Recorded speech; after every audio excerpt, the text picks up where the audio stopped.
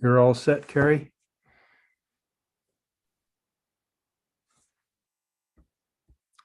There's a head nod from Carrie for those of you who are listening. So we're all set to go. Welcome this morning. You're tuned into a hearing from Health and Human Services. If you'd like to see us, you can go to legislature.maine.gov, look up under committees for Health and Human Services. And in that page, you will find a link to our YouTube channel. So you can watch today's proceedings or review prior days' work.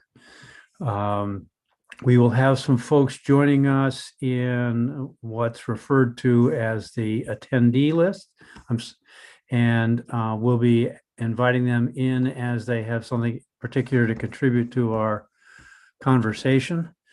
Other than that, this is committee work time trying to improve the bills in front of us. So my cell phone is muted.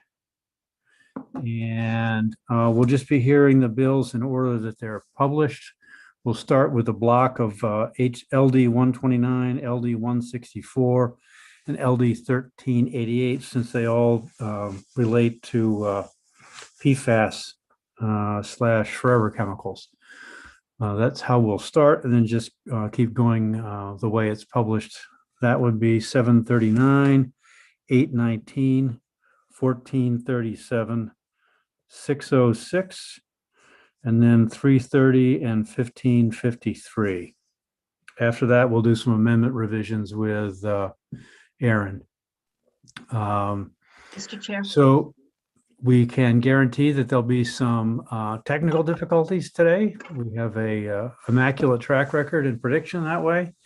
Every day we've had something come up, so please bear with us while we try and sort things out. Representative Meyer. Thank you, Mr. Chair.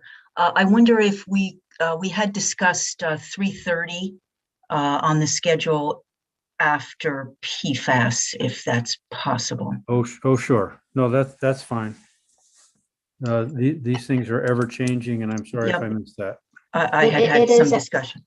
It is advertised for 10, however, so if PFAS concludes before 10, we won't be able to start 3:30 immediately.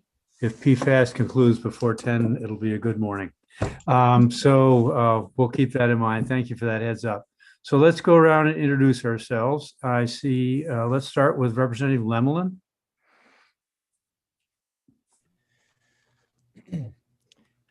Good morning, everyone. My name is Michael Lemlin. I represent House District 88, Chelsea, Jefferson, Whitefield, and half of Noblesboro. Representative Connor. Thank you, Mr. Chair. Good morning, everyone. Good to see everyone again today. My name is John Connor. I represent House District 58, which is part of Lewiston. Representative Craven. Thank you, Mr. Chair. Good morning. I'm Margaret Craven, and I represent House District 59, which is part of Lewiston. Representative Madigan. Thank you, Mr. Chair.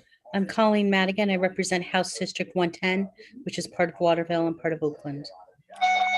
Senator Moore. Good morning. I'm Marianne Moore, and I represent Senate District 6, which is all of Washington County, as well as Goldsboro, Winter Harbor, and Sullivan in Hancock County as well. Representative Meyer. Thank you, Mr. Chair. Good morning to all joining us on this Friday morning.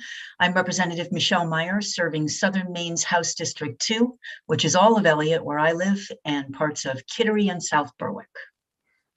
And my name is Ned Claxton, and I'm honored to serve the folks in Senate District 20, which consists of Auburn, Minot, Mechanic Falls, Poland, and New Gloucester. Our staff that lets us get this work done is here, starting with Ms. Dooling. Good morning. My name is Erin Dooling. I'm one of the legislative analysts with the Nonpartisan Office of Office and Policy and Legal Analysis. We do not take positions on or advocate for any legislation. And Ms. Withy. Good morning. My name is Carrie Withy. I'm the clerk for the Health and Human Services Committee. If you need any assistance this morning, you can email me at hhs@legislature.maine.gov. And for those of you who do need help, Carrie has been a big resource for getting people sorted out in terms of audio as well as visual and into the right room. So don't hesitate to call on her. So I think that's it for introductions and preliminaries. Unless there's something else that you think we should be doing, Aaron, why don't we go to consideration of the PFAS bills? Okay, I'm gonna share my chart here. I hope you can see it. It's on legal size virtual paper, so it's a little smaller than normal. So you have three bills relating to PFAS chemicals before the committee. You have LD 164. I'm sorry, I'm just gonna move it so I can see it. Sorry. Okay. You have LD, 129, which is the department bill sponsored by Senator Stewart, which is a resolve. You have LD 164 sponsored by Representative Tucker, which is a bill, and LD 1388 sponsored by Representative Kluger, which is also a bill. Each of them approaches the regulation of PFAS chemicals in a different way. So I've provided you kind of a high-level overview of the ways in which they approach that differently. In terms of contaminant limits, LD1, well, let me back up. A big picture, LD 129 is a resolve. It sets an interim standard and interim testing protocol for certain PFAS chemicals. As an interim basis before the department adopts rules that would put those requirements into law on a permanent basis. And once those rules would be adopted, then these interim standards are actually directed to be repealed in the legislation. So it's proposing that during the period of time that rulemaking occurs, one standard goes into effect, but that the department would have the flexibility to ultimately identify the contaminant limit, the contaminants, and the testing for those contaminants, among other things, as part of its rulemaking process. Big picture for 164 is that it establishes in statute a maximum contaminant level, and presumably the department would be directed to establish rules on things like testing and reporting and treatment and those types of things. LD 1388 combines, not precisely combines, but big picture establishes in statute a contaminant level. It's referred to as an action level, I think, and also establishes in statute testing and mitigation protocols, while also giving the department the flexibility to adopt rules as long as they're not less restrictive than some of the statutory requirements. So each of the bills kind of approaches the regulation in a different way. If you'd like me to get more into the specifics of the way that the types of contaminants and the levels are different and the testing and remediation are different, I'm happy to do that if you want me to go there right now. Let's see, before we do that, let's see if we can do this and get questions answered as we go along. Are there any questions so far of the analysis? And before we do that, I see we've been joined by Representative Griffin. Did you want to introduce yourself? Good morning. My name is Abigail Griffin. I represent House District 102, which is Glenburn, Levant, and Candace. And Senator Baldacci, welcome. Hey, welcome. Thank you. My name is Joe Baldacci. I represent Senate District 9, which is the city of Bangor and the town of Herman. Thanks. So would the committee like to have Erin finish up her analysis or go? Okay. Why don't we go ahead and do that? You can give us the details when we come back to if we need to. Okay, so keeping kind of those big pictures in mind, each of the bills establishes a different limit on the level of PFAS chemicals that would be the maximum to exist in water systems. So on an interim basis in LD 129, that amount is 70 parts per trillion, and that the final level would be established through rulemaking by June 1, 2024. At the public hearing, the department proposed amendment that would require the PFOA and PFOS contaminants to be set at 20 parts per trillion on an interim basis until the rulemaking can be completed. LDs 164 and 1388 both set that limit at 20 nanograms per liter. My understanding is that nanograms per liter and parts per trillion are a roughly equivalent unit of measurement. So that would be the same as 20 parts per trillion, essentially.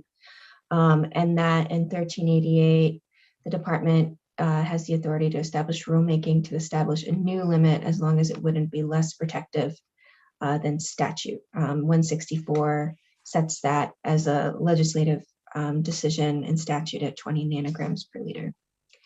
They also address calculation of contaminant levels slightly differently. I would be looking for, I think, greater clarification about how those chemicals add up and what the committee's intent is, because frankly, I'm a little confused about how each of the bills approaches that. But in general, they seem to be calculating up to that level, either individually or in combination. But I think that there's a difference here, and I frankly don't really understand. So I apologize for that. One of the contaminants, the next topic is the contaminants that are included in the legislation. LD 129 includes 5 PFAS chemicals. LDs 164 and 1388 include 6, so that the addition is PFDA, which is not included under 129 currently. And that 1388 provides that the department through rulemaking can add additional PFAS contaminants to be regulated. Each of the bills also addresses what water systems would be affected or regulated under this, the PFAS contaminants. 129 applies to community water systems and non-transient community water systems that are schools or child care facilities. 164 appears to apply to water systems regulated under the primary drinking water rules, which the rules say applies to all public water systems unless specifically indicated in the rule. And 1388 applies to community water systems and non-community water systems, which I think is a little broader than 129, because 129 is limited to schools and child care facilities as non-transient, non-community water systems. In terms of testing, 129 requires initial testing by December 31st, 2022. And depending on those results, requires subsequent testing either quarterly or annually until the adoption of rules that would set those testing requirements on a final basis. LD 164 is silent on testing, but presumably there would need to be testing in order to meet the statutorily set MCL of 20 nanograms per liter. LD 1388 also requires testing by December 31st, 2022, annual testing thereafter if no contamination is found, and quarterly testing if contamination is found. The department, through rulemaking, is authorized to adjust the testing if the frequency is not less than a certain frequency that the statute provides. The public notice and reporting, both under 129 and 1388, the water systems are required to report their monitoring testing results to HHS, and that public notice is required if the levels exceed the identified limit. In terms of treatment and mitigation, LD 129 provides that treatment or other remedies would be required to reduce the levels if it exceeded the limit of 70 parts per trillion. Under 164, the bill is silent on what treatment and mitigation would be required. And under 1388, Similarly, water systems would be required to implement necessary treatment measures as directed by the department to reduce the level before the limit of 20. The fiscal impact hasn't yet been determined on any of the bills.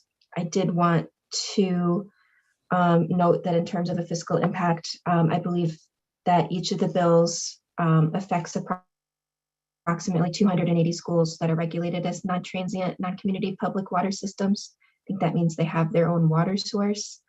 By including those schools as a regulated entity, I think that means that they are expanding or modify their activities to test and remediate or treat for PFAS contaminants that would necessitate additional expenditures from local revenues.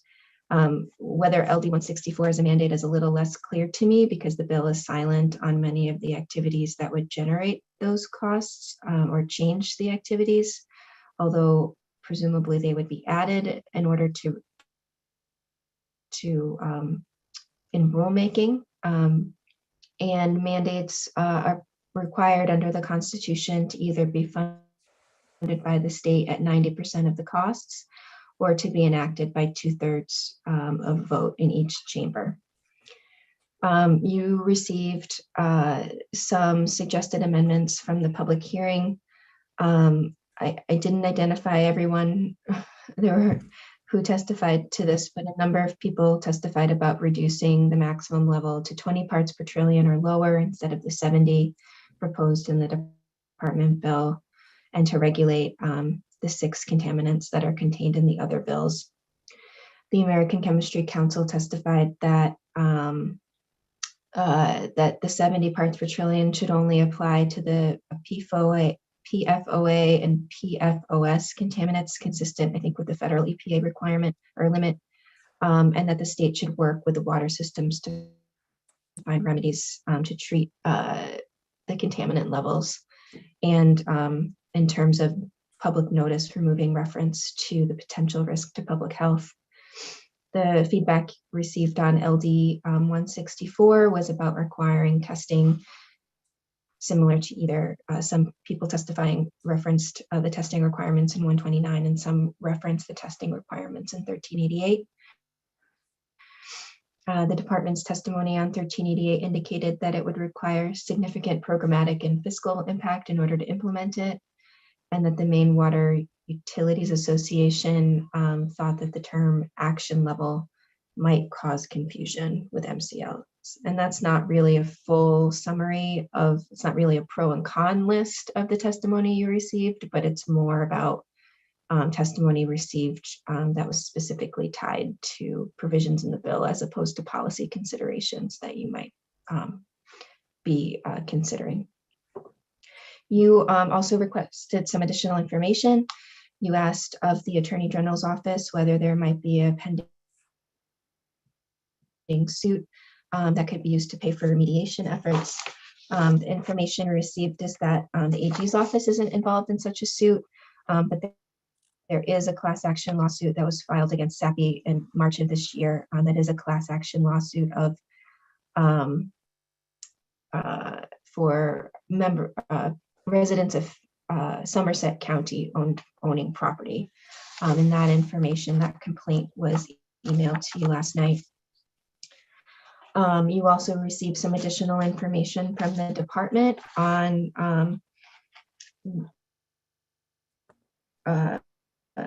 regulating PFAS chemicals and their plan and justification for having an interim standard.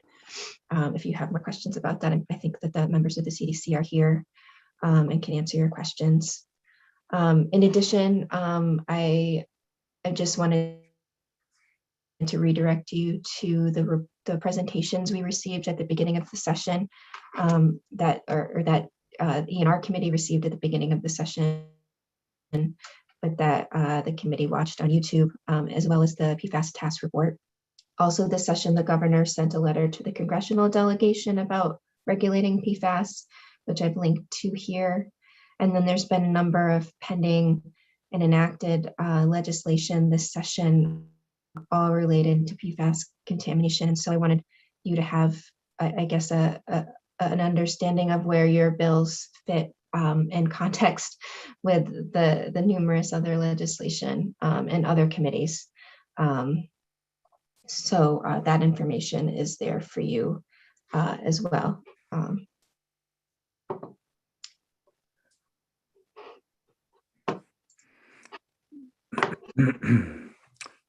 lot of information, significant discussions along the way. What kind of questions does this raise for the committee? Yes, Senator Baldacci. Thank you, Mr. Chairman. I think the essential question I have really is which bill or what set of or combination of elements is really going to do the best job to reduce contaminants in our drinking water. I think I understand all the programmatic issues and I understand there's a fiscal impact issue, but I think ultimately, particularly when we have access to some significant one-time money that clean drinking water certainly would be one of the acceptable uses. I want to know which one really has the measurable, significant public health impact.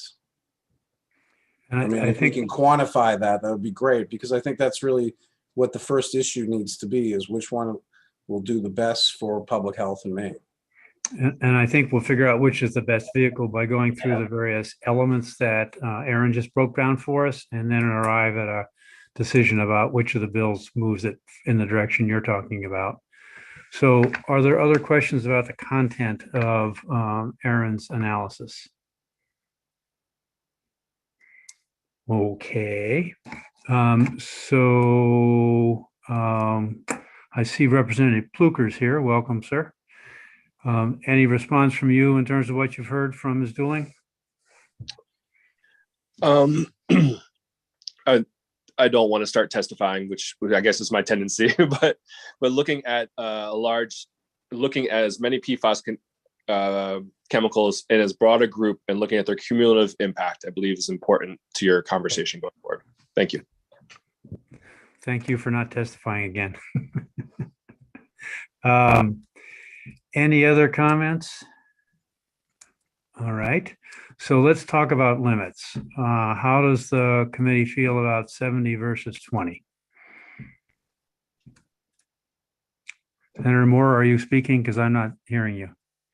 I didn't raise my hand. I was just making a comment to myself that I support the 20. The 70 I think is a little strong, but I would definitely support the 20, especially after hearing from the department that they would be okay with that amendment.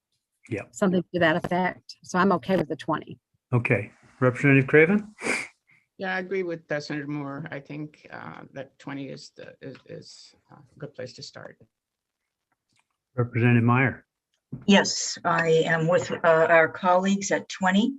Also, all 6 of the PFAS chemicals, I believe. I see some head nodding about all 6. All right, and we'll take that from the second and third bills that we considered. How about the calculation question? Is 20 to be the limit for each one? Is 20 to be the limit for combination of 2? We were talking about, yeah. Any thoughts about that? I think the department gave us a little guidance. I think they talked about in toto or individually. And that on the screen that Aaron showed us. Yes, Representative Meyer.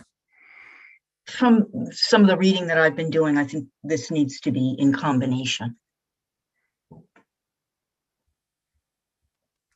What if any response to that thought from the committee?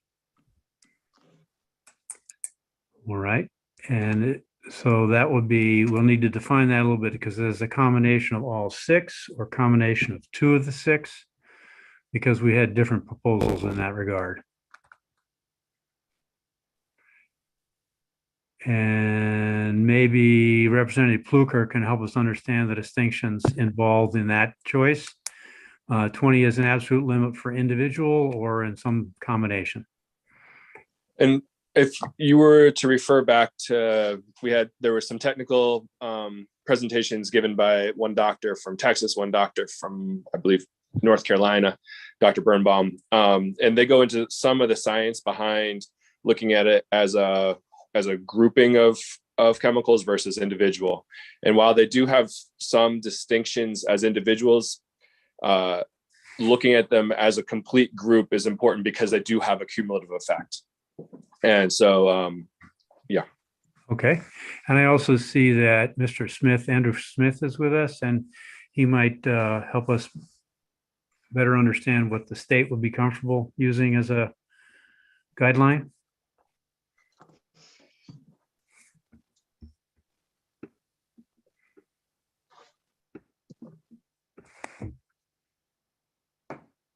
Oh, we've been joined by Molly too, so good. Welcome, Mr. Smith. I'm not hearing you, sir. I'm not sure why. You're not muted, according to Oh, what yes, I am. I have two buttons on my phone, so. Gotta get them both. Right, got to get them both. So. Thank you for being here. Can you introduce yourself? Yes, it's Dr. Andrew Smith. I'm the state toxicologist at the Maine CDC. And we got as far as the conversation about singularly or in combination. And do you have some thoughts about that? Yeah, I thought Representative Pluker did a nice job of talking about it. The thinking here, and I think your policy intent, because you're modeling this in some ways after Massachusetts and Vermont, is you're essentially treating each of these individual chemicals as if they're equipotent. So by that, I mean they have the same toxicity and they act by the same sort of general sort of mechanisms and have the same sort of effects. That was the message you were hearing from Dr. Birnbaum. And so you think of them additively. So for example, if you have 10 nanograms per liter of PFOA and 10 nanograms of PFOS, you add them together, you'll get 20. So, and you can imagine all the possible combinations with 6 of them that could get you over 20. And that's what one would be looking at under the proposal you're considering using. And, we can debate about whether they should all be treated equipotent as not, as Representative Fluker sort of indicated that one can debate that. That's in part just why the department really wanted the opportunity to have rulemaking so that we could carefully think through that and decide what the science is driving us when we get into that detail. But I think your policy intention, as I understand it here, is really to do what Vermont and Massachusetts have, where they have assumed that each one of these are equally potent, and you just add them together and see if you get to 20. Thank you. That helps with that piece. Are there any questions related to that Dr. Smith could help clarify for any of the members of the committee? Okay. And I'm going to trust that people who have something to contribute will put their hands up in case I don't call on you right away. And then the next, yes, Senator Moore. I was just going to ask Dr. Smith if he's okay with that. With that interpretation of the combination and with the 20 PPTs.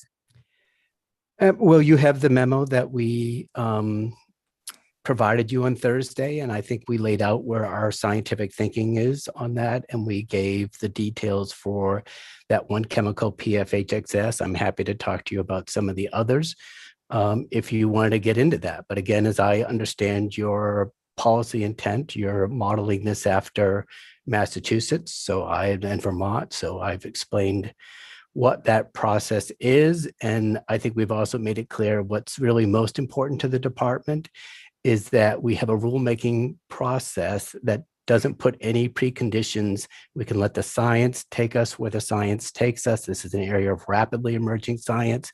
EPA itself has several of these other chemicals under review right now for toxicity values. We should have those.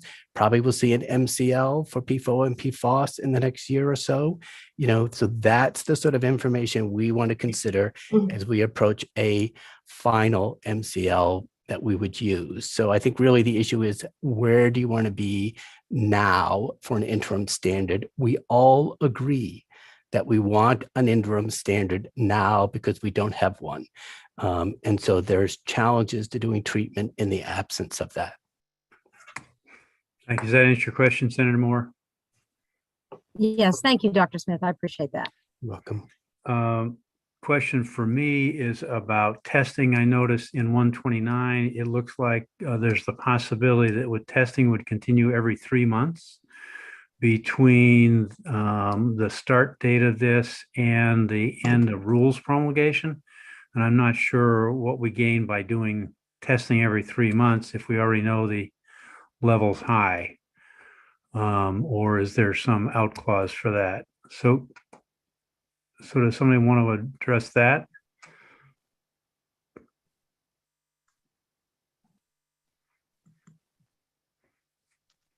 I'm just trying to make it as efficient and as little intrusive as possible. We'll do the plan is to get the testing done.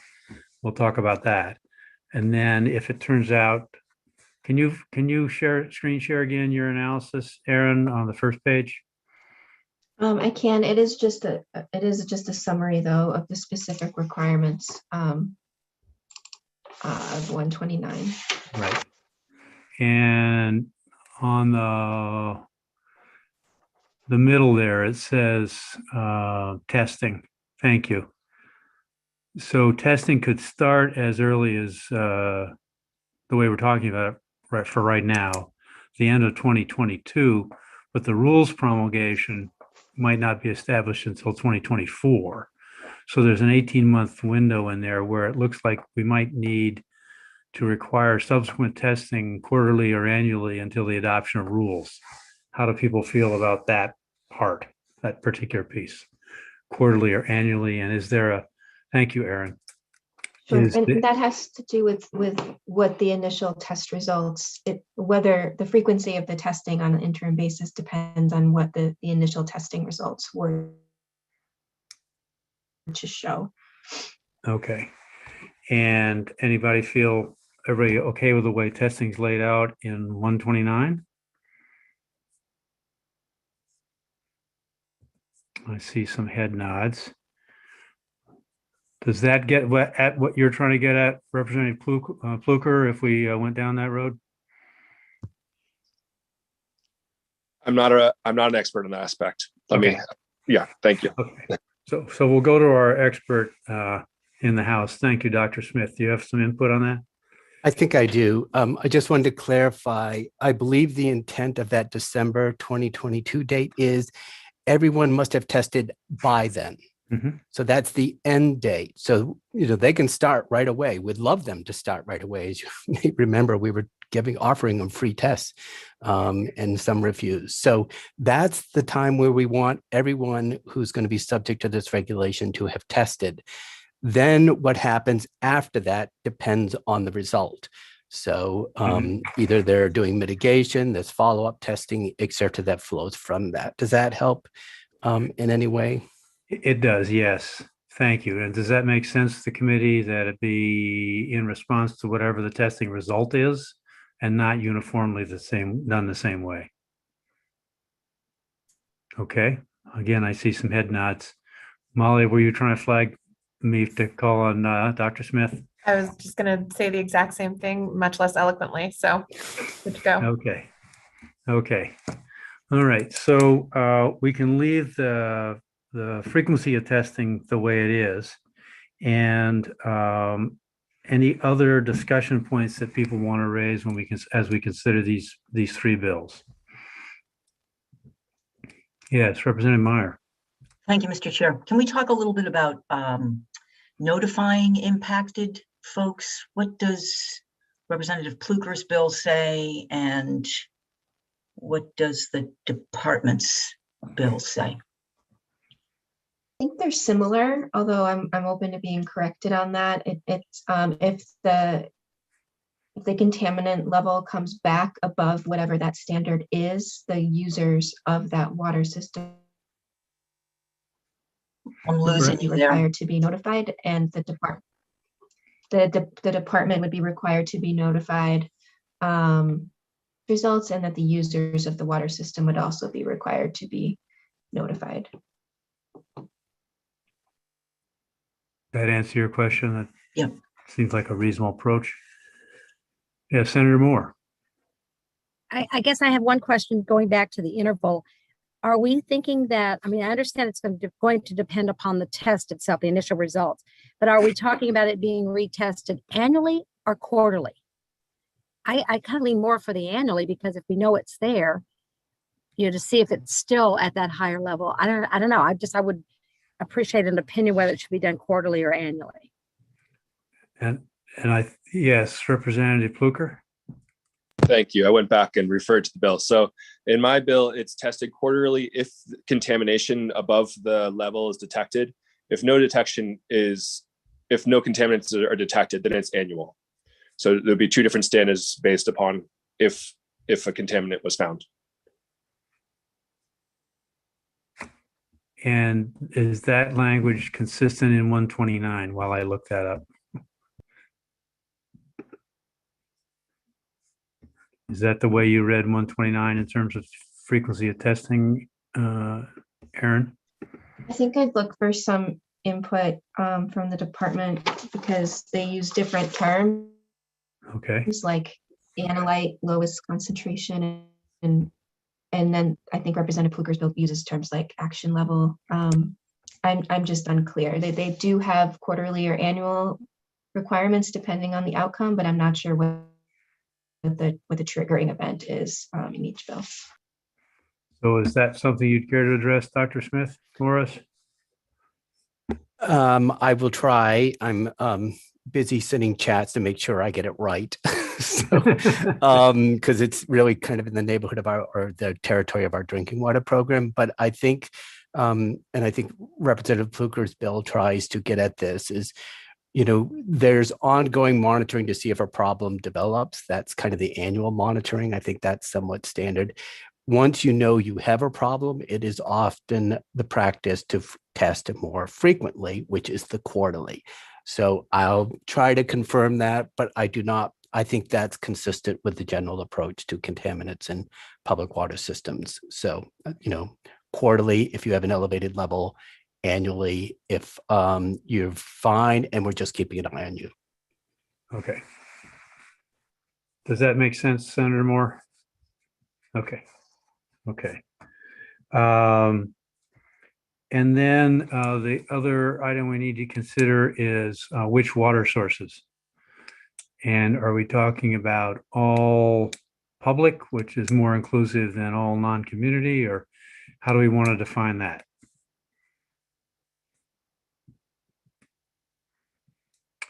And Aaron, it sounds, as I recollect, your understanding is that Representative Pluker's bill is more inclusive than the department's bill. And the additional inclusion is by the addition of which systems? What language?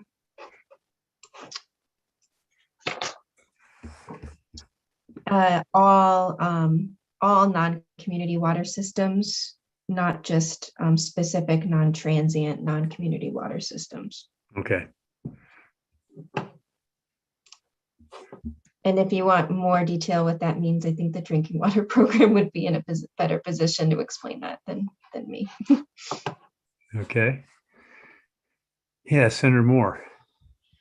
I think I would support, kind of looking back through some of the conversations and emails and so forth, I would support the non-community systems, because if we're doing to the water utilities, I can see some huge problems with our large municipal and quasi-municipal, as far as the cost would be exorbitant.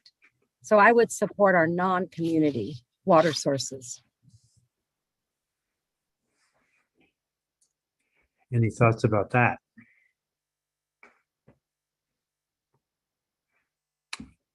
I think if there are, my personal opinion is that there are people consuming water on a regular basis from a source that we have any influence over, we should be testing everybody and not just the smaller universe. So I would include schools and And community water sources, other community water sources. I'd make it as broad as possible. Anybody want to speak to that? Yes, welcome, Mr. Abbott. Hi, good morning, Senator Claxton, Representative Meyer, members of the committee. My name is Mike Abbott. I know I've been on here with you quite a bit lately. I'm the Environmental Health Director for Maine CDC. I did want to speak a little bit to that.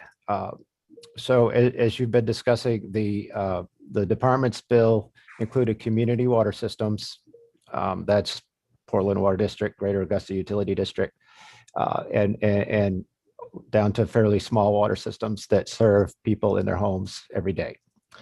We also included non-transient, non-community systems, but only the portion of those that are schools and daycare centers. As Ms. Dooling mentioned, those are schools and daycare centers that have their own water source, so they're not served by a municipal water system. So expanding beyond that would include all non-community systems, which would include businesses, would include restaurants, campgrounds, basically any entity that serves water on a regular basis to 25 people or more, and that those could be seasonal or year round. So that would expand this program to, from a few hundred, 500 or 600 water systems to about 2,000 throughout the state.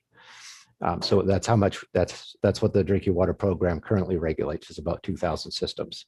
So, that would significantly increase the work as far as from a regulatory standpoint on the department to coordinate testing, provide technical assistance, compile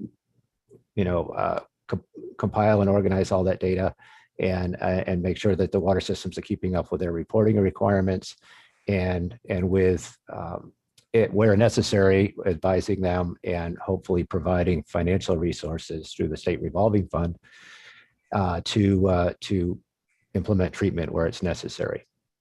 Thank you. Those numbers help. Those numbers help a lot. Any other thoughts about or any questions about that?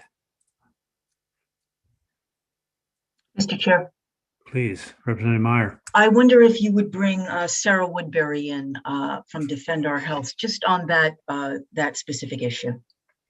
Sure, I think we can. Carrie will do that for us.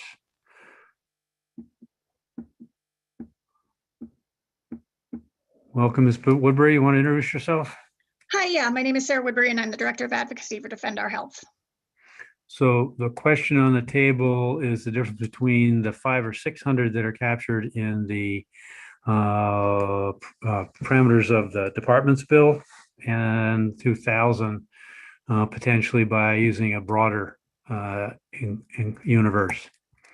Yeah, I mean, obviously we would like for it to be all of the 2,000, but we also recognize that the department has constraints and, funding issues and staffing issues. So if we could get if we could start with the 600, and maybe it's an issue we can revisit down the road if there's more funding or staff. But at this time, we would be happy with the public water systems and the non-community, non-transient as defined by the department.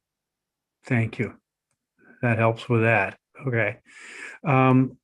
In terms of testing, does that all go through the EHL, or is that are there private entities in the state that can do testing that's been certified, verified, or acceptable to the department? I could speak to that too. Currently there are the state lab does not have the capability to test for this yet. That's something that could be built in eventually. With equipment and staff. We most of the testing that I'm aware of has been contracted to labs out of state. And there are several throughout the country that are certified to do this work. And I think there may be one or two that are certified to do it. Well, maybe they send it out. Okay. Right, exactly. They're okay. Right. Yes, sorry. I should have been more clear on that. No, that's okay. That's okay. I was thinking about A&L and New England. Yep. They send them out. Okay. All right. Very good. All right. Are there additional questions concerns that people would like to bring up? So let me just, yes, Representative Griffin. Thank you very much. Just concerned about how much this is going to cost municipalities or individuals. I don't see a fiscal note. I just was wondering. And my sense was the fiscal note was going to depend upon what decisions we made in developing the bill. If it's 70, the number is going to be different than if it's 20. If it's every 3 months, it's different than if it's 100. Time to mitigation, things like that. So I think that's why we don't have one right now, because there were some variables that were unresolved.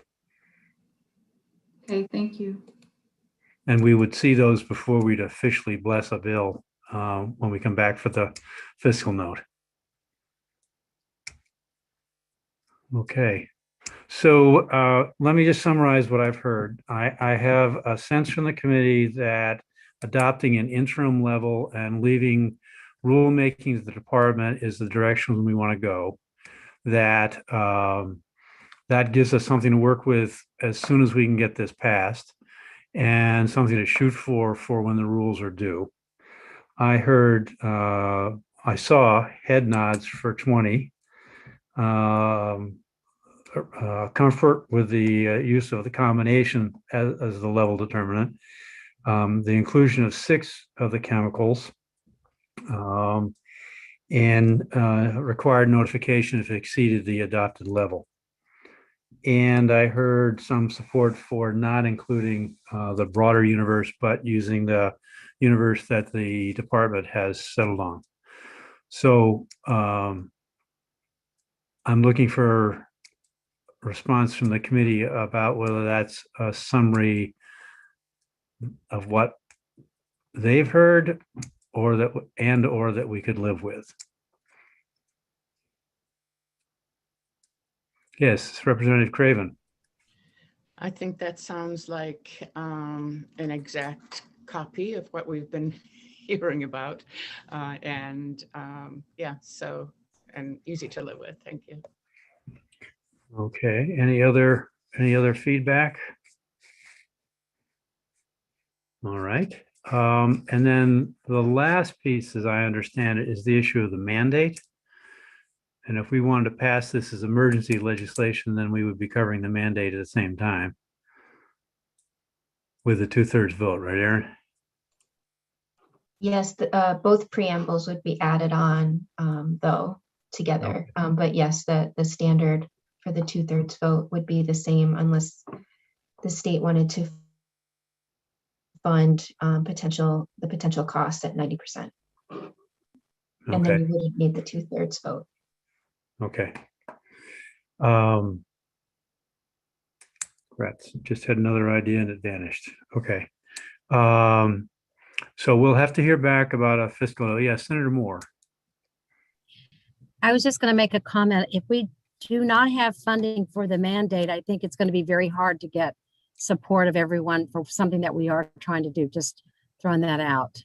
Mm-hmm. So I think if we can find a funding source or specify a funding source, it would go down a little bit easier. I've been talking with the folks in AFA about setting up a new American Rescue Plan table or a new infrastructure table where things like these projects would land, looking for federal dollars, depending. There's also significant dollars going to the counties, and maybe they could help mitigate some of this stuff too. But I don't think we can guarantee a source right now. I share that concern. All right, so I hear some, at least Senator Moore and some others, some reluctance about a mandate. Any thoughts? How about, yes, Representative Craven? Well, if the schools are going to be included, it's an automatic mandate. And if they're not, then this bill is really lagging its purpose. Okay. Representative Connor. Thank you, Mr. Chair. I just really quickly had a question on the schools and the mandates. Are we talking every school, public and private, or would the private schools not be mandated, just out of curiosity?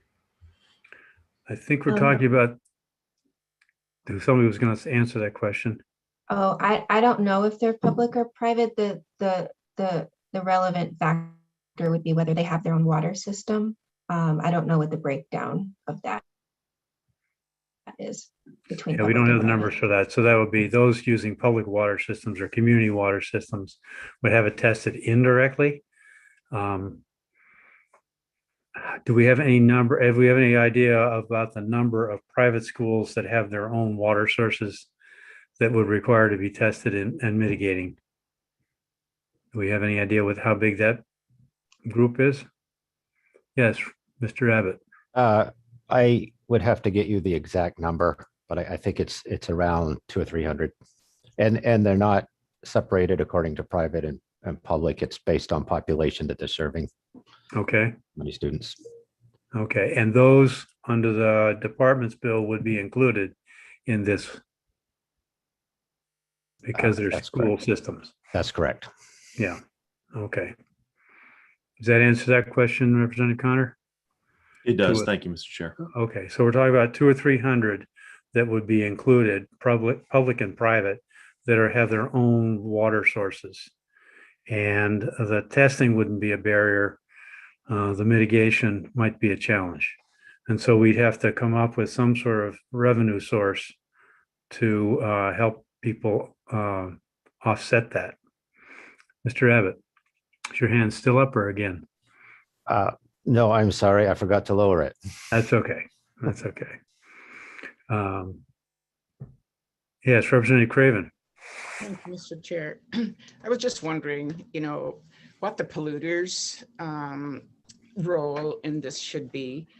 For example, we charge a fee on paint companies to mitigate our lead and that sort of thing, and wonder if anybody has thought of SAPI and all of those people who have ruined our environment to have some kind of a role in having to help with the cleanup. We've had lots of discussions in the legislature about increasingly having the responsible parties be responsible. But to set up something like that would be a Herculean task. Any of us who own Teflon cookware have been contributing in years past. So do we go back after the manufacturers of the Teflon cooking or the Teflon themselves, or yeah, so to set up something like that on the fly, I think is impossible. Representative Meyer? I believe Sarah Woodbury may be able to weigh in on that particular point. Just very briefly, there are a couple of bills before Environment and Natural Resources on Monday, and both of those contain funding streams for cleanup and remediation. If they pass, there will be fees attached to the manufacturers of the products that contain PFAS, and that will go into a funding for DEP, and that money will be able to be used for some cleanup and remediation. Obviously, there'd have to be discussions between HHS and DEP about where that money would go, but there are a couple of bills with some possible funding streams coming before ENR next week. And there'll be probably years of litigation between passing such a bill and seeing any dollars based on some prior experiences we've had. Yeah, well, although one of them is just like a basic fee structure. It's like you have to pay a reporting fee. So I'm not sure that would cause a ton of litigation, but it would get some money in the pockets for some cleanup. So. Okay, thank you. Yes, Aaron. In addition to the bills in ENR that Sarah mentioned, there's also a bill in AFA, which is a bond bill that would fund hazardous substance site cleanups. A bill in Yeah, we're having trouble with your audio, would, Aaron. set the timeline for tort. Bill in AFA, that would be a bond bill. Is that better? Yes. A bill in judiciary that would establish a timeline for tort actions. And there was legislation passed in the supplemental budget that put, we think, about $5 million into PFAS remediation from a defunct, an old program. Okay. Okay. So it sounds like there are some revenues out there. There may be some coming in the future. We can't count on them. I think the next step is to adopt what we think are best practices, because this is a policy committee, and then deal with the fiscal note and the consequences when it comes back to us. Are people comfortable with that? I see some head movement. Okay. Any other questions or concerns we want to bring up at this point with from the committee or Representative Pluker? Any other thoughts? I appreciate your process. It's going well. And I think, as I understand Aaron's analysis, that this lands us closer to what's in LD 129 and moves some portions of the other bills in the 129. Is that your understanding, Aaron? And can you do that effectively? Yeah, I would just want to summarize my understanding of what your amendments are to 129, if that's all right, at some point this morning. Okay, so now it seems like as good a time as any. So I'm hearing 129, but setting 20 parts per trillion or nanograms per liter on an interim basis for all PFAS contaminants, specifically the 6 that were identified in the other bills, and that I don't think you had changes to the testing or the treatment. And so I think that it's the level to 20, the 6, and then making sure that it's the sum of any of the 6 to reach that level of 20. Okay, and it's notification at that threshold of 20, above 20. Right. That level would change if you changed the. Yeah. And right now, the way it's written, it includes schools that have their own water systems. That's right. I didn't hear any proposed changes to that. That will be something that the committee could do on when it comes back for review in the language, when we have a better understanding of the price tag and any other potential sources. Are people comfortable proceeding with that?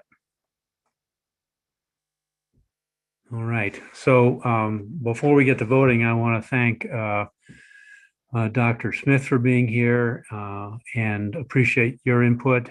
I'm assuming that what you've heard you can live with.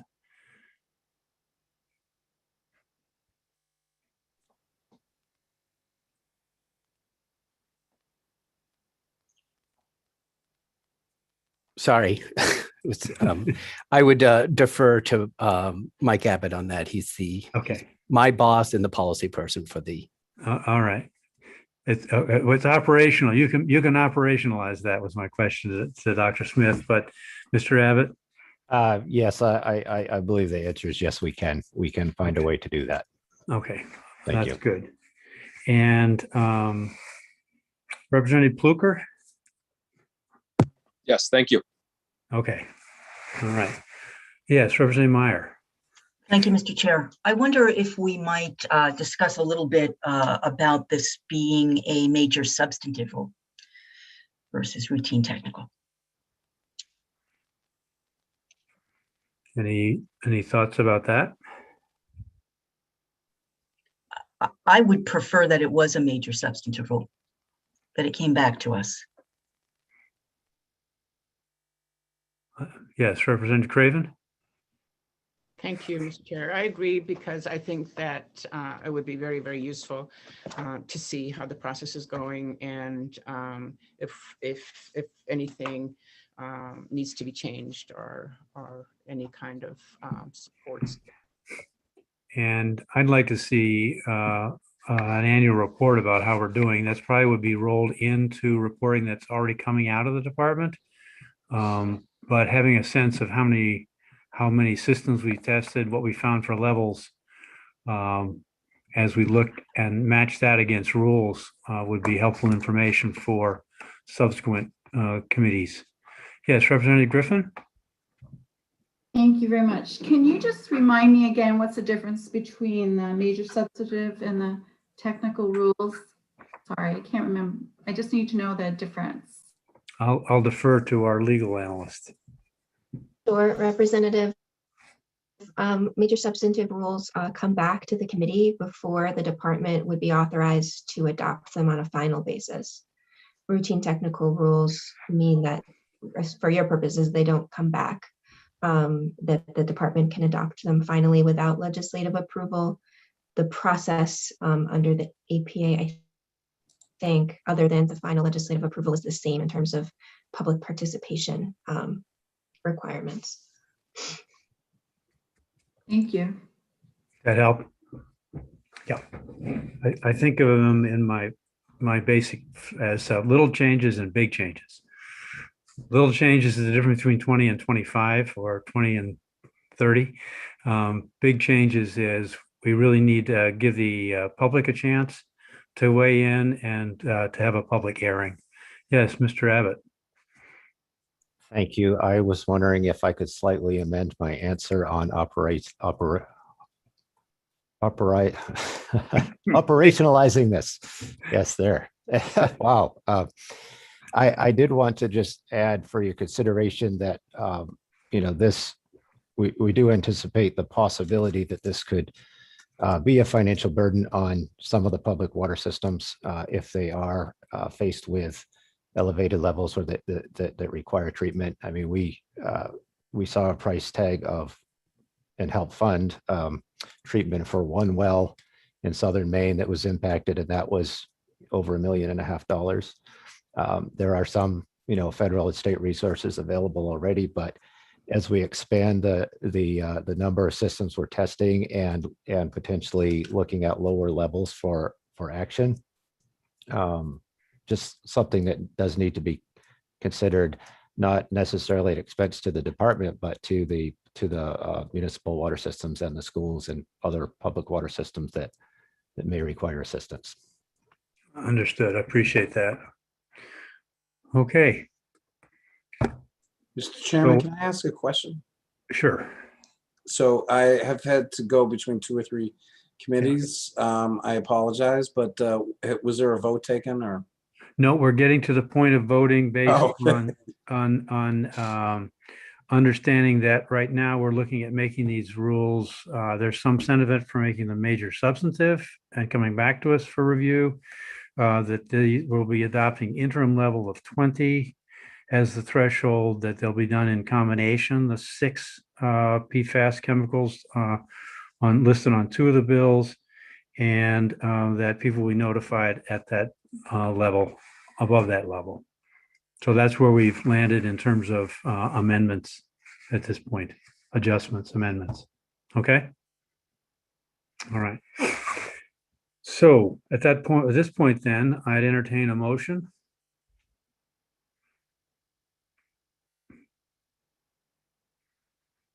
Representative Craven. Thank you, Mr. Chair. I move order pass as amended. And I just summarized the amendments. I won't do it again and confuse things. Second to the motion. Motion's been made and seconded. Representative Meyer, Just want to clarify, we're talking about LD 129. as the vehicle, yes. Yes. Yes. Okay, any other additional discussions? Not seeing any, we'll turn it over to Ms. Withey to do the vote. Representative Zager. Representative Zager is absent. Representative Lemlin. Yes. Representative Lemlin, yes. Representative Stover. Representative Stover is absent. Senator Baldacci. Yes. Senator Baldacci, yes. Representative Perry. Representative Perry is absent. Representative Griffin. Yes. Representative Griffin, yes. Representative Connor. Yes. Representative Connor, yes. Representative Craven. Yes. Representative Craven, yes. Representative Madigan. Yes. Representative Madigan, yes. Representative Javner. Representative Javner is absent. Senator Moore. Yes. Senator Moore? Yes. Representative Meyer? Yes. Representative Meyer? Yes. Senator Claxton? Yes. Senator Claxton? Yes. That's 9 yes, 4 absent.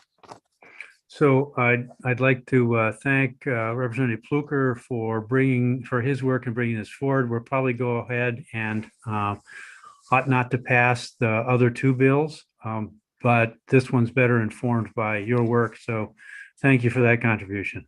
Thank you very much. And again, to thank Dr. Smith and Mr. Abbott for leadership and willingness to work on this issue to get to a good solution. I think this is one of those where we demonstrated that working together and collaboratively can move the needle and make a difference for the folks we're trying to help take care of, so help protect. So thank you all for that. Thank you for being here. And I'll also include Sarah. Appreciate her work. Any other comments? Well, we managed to, yes, Representative Meyer. I was going to make a motion on LD 1388 ought not to pass. Second. There's a second. Is there any discussion of that? Not seeing any. We'll go again to Ms. Withy for the vote. Representative Zager? Representative Zager is absent. Representative Lemlin? Yes. Representative Lemlin? Yes. Representative Stover? Representative Stover is absent. Senator Baldacci? Yes. Senator Baldacci? Yes. Representative Perry? Representative Perry is absent. Representative Griffin? Yes. Representative Griffin? Yes. Representative Connor? Yes. Representative Connor? Yes. Representative Craven? Yes. Representative Craven? Yes. Representative Madigan? Yes. Representative Madigan? Yes. Representative Javner? Representative Javner is absent. Senator Moore? Yes. Senator Moore? Yes. Representative Meyer?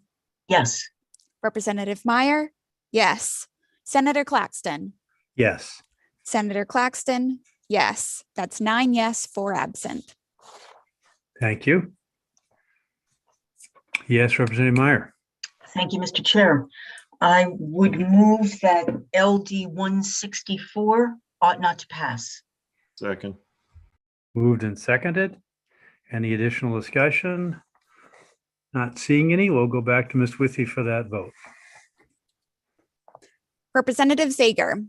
Representative Zager is absent. Representative Lemlin? Yes. Representative Lemlin? Yes. Representative Stover? Representative Stover is absent. Senator Baldacci? Yes. Senator Baldacci? Yes. Representative Perry? Representative Perry is absent. Representative Griffin? Yes. Representative Griffin? Yes. Representative Connor? Yes. Representative Connor? Yes. Representative Craven? Yes. Representative Craven? Yes. Representative Madigan? Yes. Representative Madigan? Yes. Representative Javner? Representative Javner is absent. Senator Moore? Yes. Senator Moore? Yes. Representative Meyer? Yes. Representative Meyer? Yes. Senator Claxton? Yes. Senator Claxton? Yes. That's 9 yes, 4 absent. Very good. So that takes us beyond 10 o'clock. So now we can move to consideration of LD 330.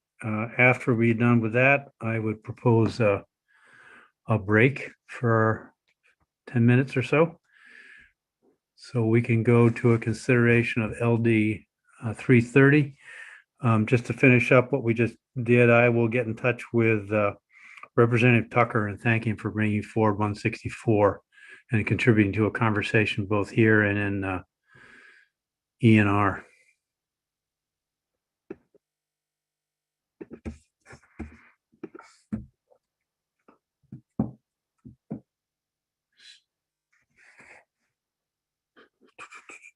So is 3:30. Did we've tabled that in the past. Yes, So you've we'll already had a need- work session. Yeah, so we'll need a motion to bring it off the table. Welcome, Representative Gramlich. We'll need a motion to take it out. Yeah, Senator Moore. I would make that motion that we take LD 330 off the table. Second. I think we can do this one with a show of hands. All those in favor of taking it off the table for discussion currently. Thank you very much. Unanimous of those present. So I understand there is an amendment in the works. Would you like to summarize that amendment for us, Representative Gramlich? Thank you, Senator, and thank you. Good morning, my colleagues and folks from the Human Services Committee and the legislature. Yeah, I have an amendment. I've been working with your able analysts, Anna Broom, and others in terms of addressing some of the concerns that the advocates and stakeholders had relative to medication disposal. And so I believe that you all received a copy of the proposed language for the amendment, probably a little bit later last night. I just received, just by way of background, I just received a document that I'm trying to quickly review from the department. I received it about 5 minutes ago to kind of maybe tighten up the language a little bit. So I haven't had quite an opportunity to read that in its entirety. But essentially, the amendment says that when a patient is in need of home hospice and engages with an agency to provide those services, the home hospice staff, whomever that is that does the intake and the plan of care, will articulate to the patient and the family that there's a likelihood that the patient will be receiving narcotic medication and other medications, and that it is incumbent upon the family, upon the death of the patient, to assure proper disposal of the medication, so that that responsibility would not be on the hospice staff, but rather it will be communicated very clearly and directly with the family and the patient. And additionally, it will be documented in the intake paperwork and plan of care that that communication did occur. There would also be opportunity to discuss proper ways to dispose of the medication, which not only protect others from accessing the meds, but also protects the environment. I was just looking for the document just by way of background. In some of the paperwork that I received from some of the hospice agencies in the state, there is a recommendation to prevent diversion if one can't properly dispose of the medications, that medications can be flushed. That really is not an option according to the work I've done on the environmental committee with the DEP. So I think having that kind of a conversation with the family that that's not the optimum way to dispose of medications is also important. There's probably a couple of details I might have left off, but that's it essentially in a nutshell. And I'll ask Anna if I missed anything from that. I'm just trying to look at looking at a couple different screens here. I'm happy to share it if it's helpful to the committee to bring it up. Sure, why don't you do that? Thank you. And then we'll get some feedback from the committee, and then we'll go to Mr. Monteo for his thoughts. Can you see that? I'll blow it up on my screen. Oh, yes, I can do that. I'm sorry. Is that better? Keep going. Keep going. There we go. Okay. That's better. Sure. Anybody else want it larger? So most of it is in this section that is related to rulemaking for hospice providers. And then there is obviously a second part that requires the department to develop the standardized written policy. And I can take it down anytime you would like to see Bill or whoever else actually in front of you, because I realize it does take up your screen. So this is, these read like rules to a certain extent. Are these interim and the department then develops their own, or is this sort of a minimum standard and the department goes from there, just to clarify?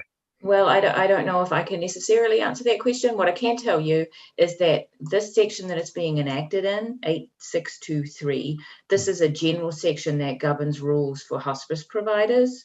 So, and the department make the rules for obviously for the hospice providers. So this would add on to that, that this particular policy would have to be a standardized written policy, because what I had been asked by the sponsor to draft was that currently my understanding is that hospice providers already have to do a lot of this under current federal regulations and state regulations, and that the sponsor was looking for a standardized written policy that everybody would use, that would be the same for everybody.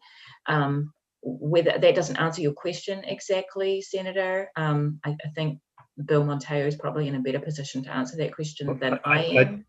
I was looking first for clarity from the sponsor about what the intent. Oh, I'm sorry. was. No, that helps, Anna. But now that you've clarified where it sits, that helps. So let's hear from the representative about her intent. I'm sorry, Senator, can you repeat the question? I was really laser focused on Anna's response. Yeah, my question was, these read a bit like rules, and they're in a rules section. Is this intended to be a minimum standard and the department develops additional rules in support? Or are these interim rules and then we have the department develop final rules and bring them back for review? Oh, thank you for repeating that. I'm not partial either way. I would also, want to better understand if this would fall under routine technical or major substantive. I would think it would be major substantive, because there would be a section relative to licensing and certification, whereby when the licensing staff and state government agencies go in to do their annual licensing review, that they will be able to review their random sample of patient records that would include documentation that this did occur.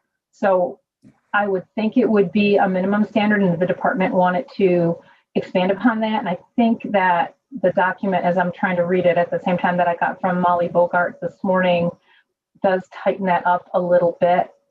So I think that, I would leave it to the department to determine if they have a desire to expand upon this, but I think it would be a minimum standard. Okay. And these are routine technical rules at the moment. This entire section that it fits into are routine technical rules.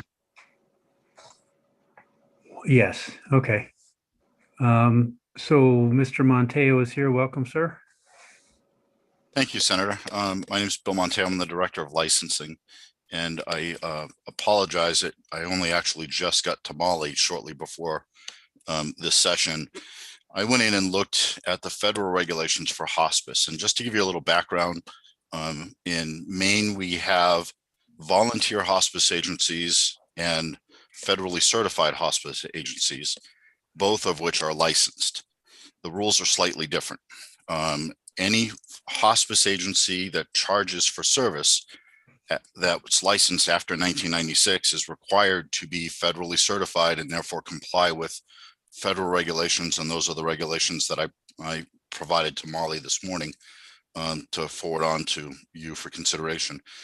We also, in addition to 8 volunteer hospice, we have 4 New Hampshire-based hospice agencies, which are federally certified, that provide services to clients in Maine, but they're under the jurisdiction of the New Hampshire State Agency because of their base of operations and CMS regulatory authority. The amendment, I did look at it briefly, and I can essentially give you a little bit of a crosswalk in comparison to what's being proposed. Many of the amendments A through G are already addressed in federal regulations, and there are a couple that are not, and I can provide you with I can certainly send to Molly and Anna. But just real quickly, Amendment A is addressed in L530, which is the federal regulation that actually requires hospice agencies to do a thorough review, including over-the-counter and herbal meds, as part of the plan of care. The Amendments B is addressed in L695 of federal regulations, which requires that the hospice agency provide a copy of the written policies and procedures on the management and disposal of controlled drugs to the patient or the patient representative and family. Amendment number C, although is not specifically addressed or covered in federal regulations, but there are two federal regulations that require hospice providers to provide information on the care and services that are covered and the limitations of coverage and those that are not covered. Amendment E and F are really not specifically addressed in federal regulations. Amendment G is covered under L 697 in federal regulations, which requires the hospice agency to document in the patient's clinical record that the written policies and procedures for managing controlled drugs was provided and discussed. And the other thing I would point out is under our federal regulations, we have a regulation that requires the hospice agencies to discuss their policies and procedures for managing the safe use and disposal of controlled drugs with the patient or the patient representative and the family in a language and a manner that they, the patient and family, understand, to ensure that these parties are educated regarding the safe use and disposal of controlled medications. So, really, when I looked really quickly at this, just to kind of make you aware, is we're looking at really Amendment E and F that are not specifically addressed in current federal regulations that apply to hospice agencies. Is there anything about those two, the way they're currently written, that would get us crossways with CMS? No, I don't see that would put a conflict with CMS regulations. It would put a little bit of additional work on hospice agencies. And there may be added cost to hospice agencies as a result of this. Okay. So responses to the information from sponsor and Mr. Monteo? Yes, Representative Craven. I wonder how the Home Care and Hospice Association or Home Care and Hospice of Maine, are they in agreement with the amendment? Lisa is here. Lisa. Harvey McPherson is in the room. Oh, no, I was looking for her as an attendee, but she already got booted into the panelist portion. Welcome, Ms. Harvey McPherson. Your response to hearing from Representative Gramlich about her amendment and Bill Monteo's highlighting two places that are new territory. Yes. Good morning, everyone, and thank you for the opportunity to provide feedback. And I want to thank Representative Gramlich for offering this amendment. When we met with Representative Gramlich to discuss her bill and the Alliance thoughts, we talked a lot about the federal regulations, and we had a very good conversation around the sponsor's interest in making sure that all of the hospice providers had policies and procedures that were not only consistent with the federal regulations, but really were evidence of best practice in advising and educating patients and families on disposal of medications. And we absolutely agreed with that. So this amendment largely reflects that conversation and the tool that you all have as a committee to put this forward in terms of licensing. Mr. Monteo is correct. It is at a very high level covered in the federal regulations, but this provides a bit more detail and guidance with some specific actions that hospices can take within that federal oversight. So we're fine with that. I will say you may want to have consideration if there were to be a change at the federal level that would somehow conflict with what you're putting forth here, that there be discretion to accommodate any federal changes because we have to follow the federal rules anyways. Sure. Okay. Does that raise any questions, answer any questions for folks? And let me come back to Mr. Monteo. So with the addition of those E and F specifically and some additional detail that's in the amendment, would that allow your department to do its work or interfere with that?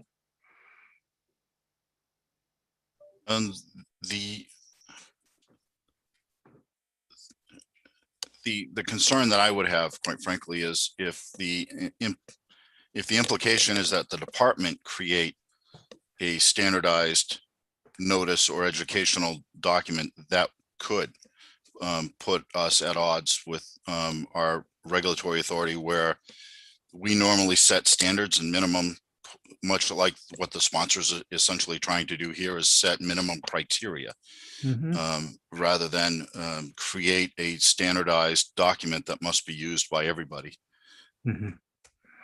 So are there documents out there that would suffice in your professional opinion? Yeah, I think there are, and I think, probably if you were looking at a best practice, I would look at, ideally it would be to pull samples of what everybody has. And I would look to Lisa that probably the Hospice Association has already done this to create a recommended platform. But usually when we as a regulatory agency are looking at policies and procedures, we establish the criteria that at a minimum that the policy or procedure must address, but we don't get to the specifics of dictating the actual policy or procedure. Okay. Any response to that from the sponsor? Could you live with some other standardized form that accomplishes what the intent is? I could, and thank you for asking, Senator. I mean, I think I don't know, Mr. Monday. I'm going to dissect your last name. I apologize, Bill. Just by way of background, I mean, I worked for a number of years in licensing and certification licensing adult care facilities. So I do have a frame of reference for some of this work. And, I do know that when I would go in and review resident and patient records, these are the very things that I would review and look at to assure that agencies were meeting the minimum criteria and standards to make sure that they were able to get licensed and relicensed every year.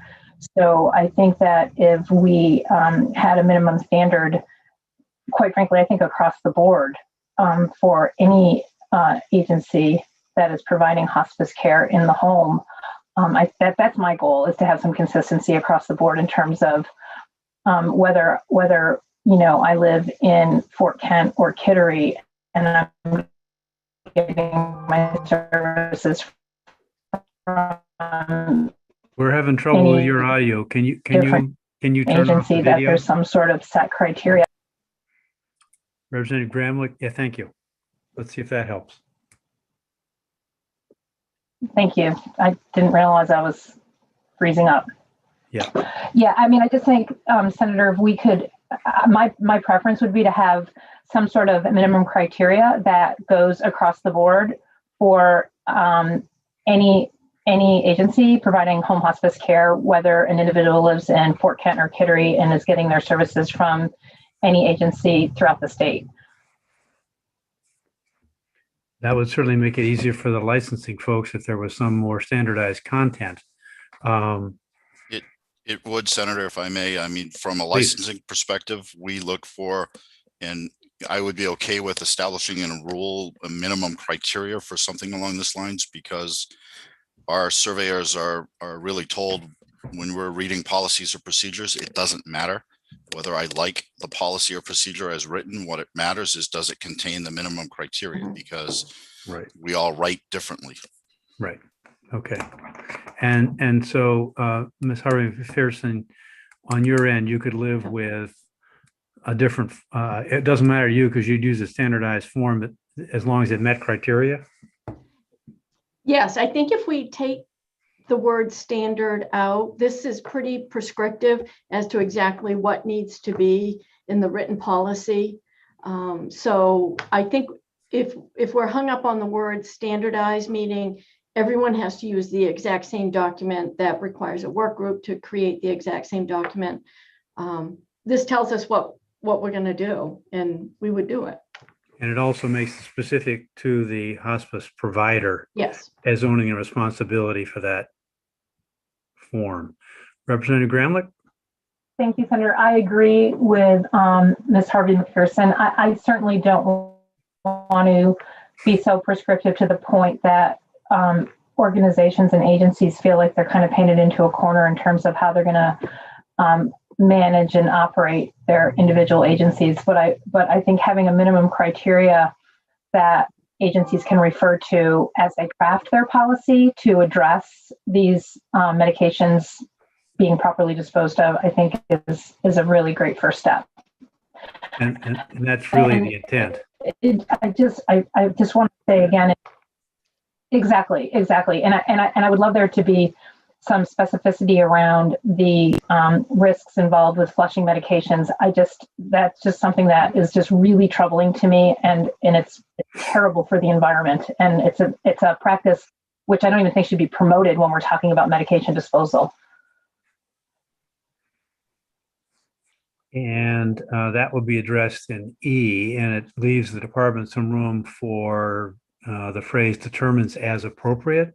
So that leaves the department some flexibility. But it does accomplish the mailback envelopes, and there's changes coming from HCIFS and some other committees, I think, about it, reducing the risk of controlled substance getting in the wrong hands. So any other questions or concerns, comments for the sponsor or for Mr. Monteo? Or Anna? We're in bounds, are we, Molly, on this one? Are we good? Okay. All right. So I don't see any other comments. Then I would entertain a motion on LD 330. Representative Craven? Thank you, Mr. Chair. I would move ought to pass as amended.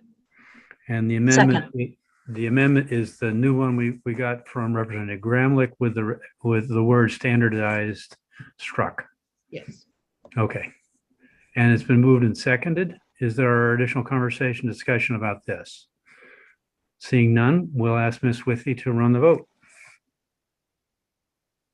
Representative Zager. Representative Zager is absent. Representative Lemlin. Yes. Representative Lemlin, yes. Representative Stover.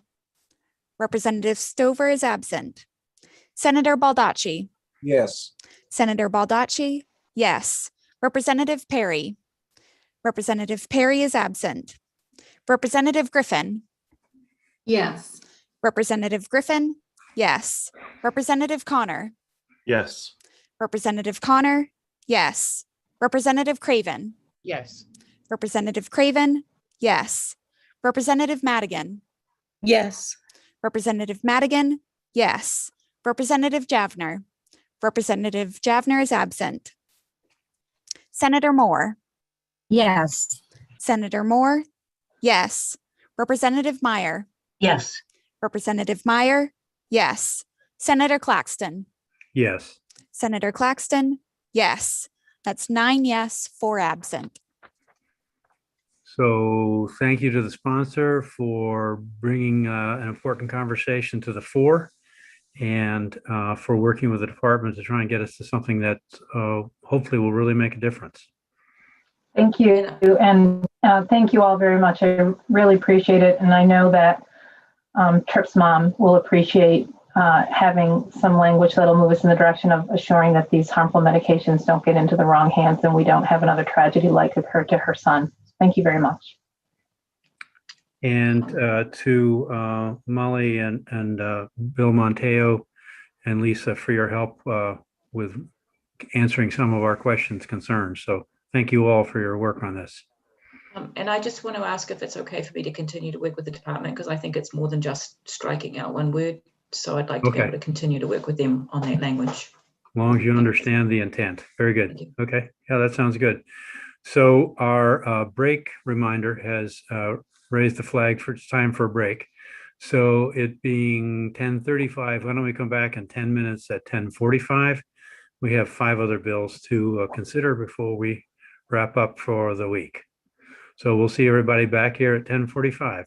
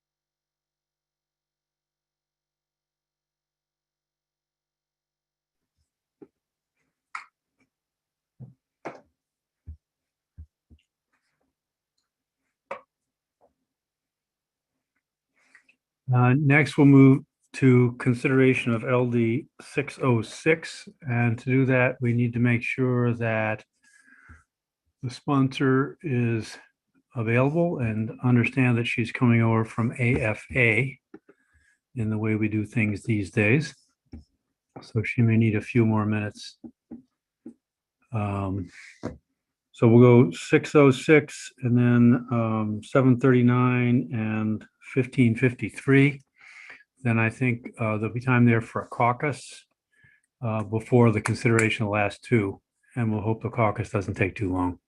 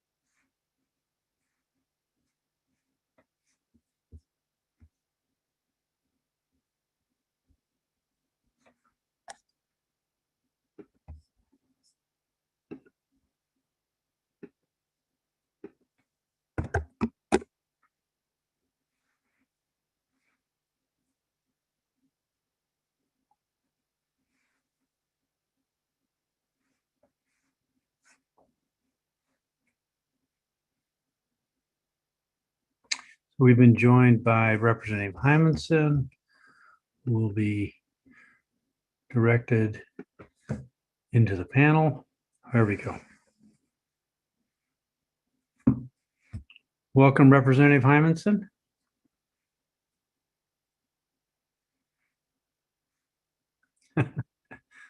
Literally walking the halls.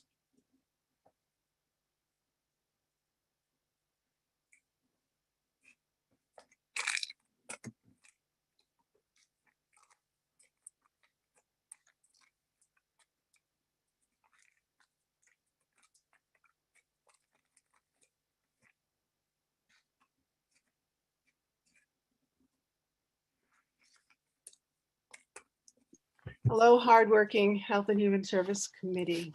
Hello, hardworking member of AFA. All right, so we're set to start consideration of LD 606, and we'll begin by hearing from Ms. Dooling. No, we've already, so now we're hearing about amendments. Oh, yeah, I knew that. So do you want to, because we've considered it before, it's still officially on the table, so I'll entertain a motion to take it off the table for further consideration. So moved. Second. And a second. I think we can do this with a show of hands. Unanimous of those present. Great. So now we can catch up with where things stand with 606 after some additional work from the sponsor. Representative Myers, your hand's still up? No, it isn't. It just looked like it was. All right. Representative Hymanson, what can you tell us? Thank you. So we have a reworked amendment that you all got. There's a little bit of a rework to do on that. And I've been working with the department and the providers, the community providers. So we've done a couple of things. One is that reworked amendment. And I believe hearing from the department that if we remove one little phrase, then they are in agreement with the amendment. And so that's good news for us. What we've done is have a sign-on letter, which you all received from the service providers, who are the Maine Children's Alliance, Sweetser, Community Concepts, Spurwink, New Beginnings, Kids Peace, and the Opportunity Alliance and Volunteers of America. And they're all endorsing this, this bill in its current form as presented to you now. I also heard at the work session, last work session, there might have been an interest in hearing what other states do in order to put language like this that directs the department to do something. And so given to you was that just that, it's all 50 states and what kind of language they use in parts of their bills like this. And I would direct you to one in particular, which is Missouri, that says multidisciplinary teams shall be used whenever conducting the investigation as determined by the division in conjunction with local law enforcement. Multidisciplinary teams shall be used in providing protective or preventive social services. And it goes on and on. The idea being that they use shall language, and it's in statute, as most of the 50 states have. You can see from that document. So what this also did was reacted to the privacy concerns. So those are fixed by putting in a phrase under applicable federal and state confidentiality laws. And also that the caseworkers receive information, not that they have a dialogue about it. We're taking out the words, if you have the amendment in with you. Do you want me to share my Yeah, screen? why don't you Representative? screen share, Aaron? Oh, that would be great. Yeah, thank you.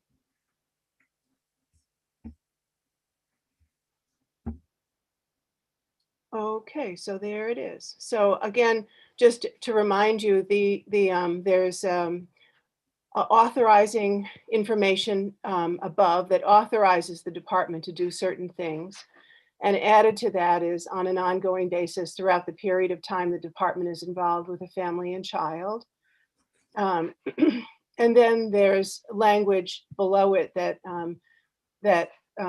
requires the department to do things. So this is establish and maintain a policy that requires, to the greatest extent possible under applicable federal and state confidentiality laws, again, so that the confidentiality part of this is fixed. Caseworkers receive information, so it's not a back and forth. The idea being that the community service providers want to give information on an ongoing basis. That's the phrase that we would cross out on an ongoing basis, because you don't really need to say that if you're saying throughout the period of time the department is involved. So that's the new change, would be crossing out on an ongoing basis. In section B-1. In section B-1, yeah. And then in order to, and these are number 1 and 2 in B-1, coordinate and inform, are not compelling issues. They are issues that describe what the department is supposed to do. So with this changes, the goal was really to cement or codify the policy intent that the department receive information from the community. So this intent carries into whatever administration is in place. We did not expect this to be different from current practices enforced by OCFS under Dr. Landry and Director Landry and Assistant Director Johnson. But understand that this is a work in progress, and that the information received from our ombudsman, from the community service providers, and from OPEGA all talked about making this as robust as possible, information gathered from community service providers and in the community to inform the caseworkers.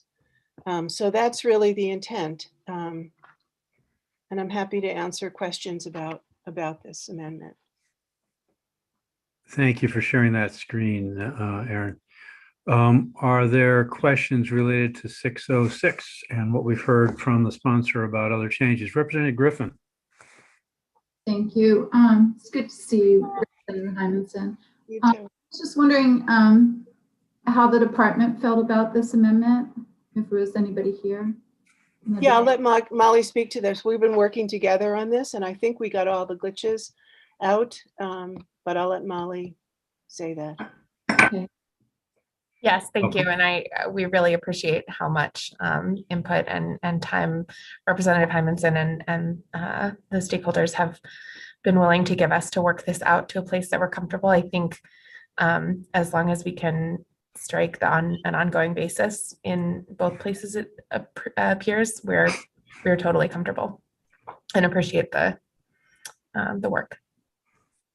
I want to be clear about what you just said. I had ongoing basis being struck in section B1. Where's the other place? Up in C. Up in C2. Okay. All right. And from what I've heard you just say, you're comfortable with the way the bill's written at this point, and it only reinforces your goal of what you're trying to do anyway in the department and just codifies it for future reference too. Okay, great. Okay. Representative Madigan. Yes, thank you, Mr. Chair. I would really want to thank Representative Hymanson and the department for working together on this, because I think the suggestions we've gotten from the Ombudsman office kind of really talked about kind of this communication. And I like the way you put that. This is about the department receiving information and, took care of the ongoing basis kind of information. I think what I've heard from both Representative Hymanson and from the Ombudsman office and from community service providers and just advocates and people in general is they want the department to be able to receive that information that people in the community have so they can best do their job. And I think this does that. And I really appreciate that. And with that, I'd like to make a motion to pass as amended. Second. There's a motion's been made and seconded, ought to pass as amended. The amendment being two wording changes in the new amendment and the new amendment. Is there any discussion further on LE 606 and this motion? That being the case, we'll defer to Ms. Withy to run the vote. Representative Zager. Representative Zager is absent. Representative Lemlin. Yes. Representative Lemlin, yes. Representative Stover. Yes. Representative Stover, yes. Senator Baldacci. Yes. Senator Baldacci, yes. Representative Perry. Representative Perry is absent. Representative Griffin. Yes. Representative Griffin, yes. Representative Connor. Yes. Representative Connor, yes. Representative Craven. Yes. Representative Craven, yes. Representative Madigan. Yes. Representative Madigan, yes. Representative Javner. Representative Javner is absent. Senator Moore. Yes. Senator Moore, yes. Representative Meyer. Yes. Representative Meyer, yes. Senator Claxton. Yes. Senator Claxton, yes. That's 10 yes, 3 absent. So Representative Hymanson, back to work in AFA, but thank you for bringing this forward and for all the work you did. Thank you. And thank you to the committee for organizing it. It was really helpful.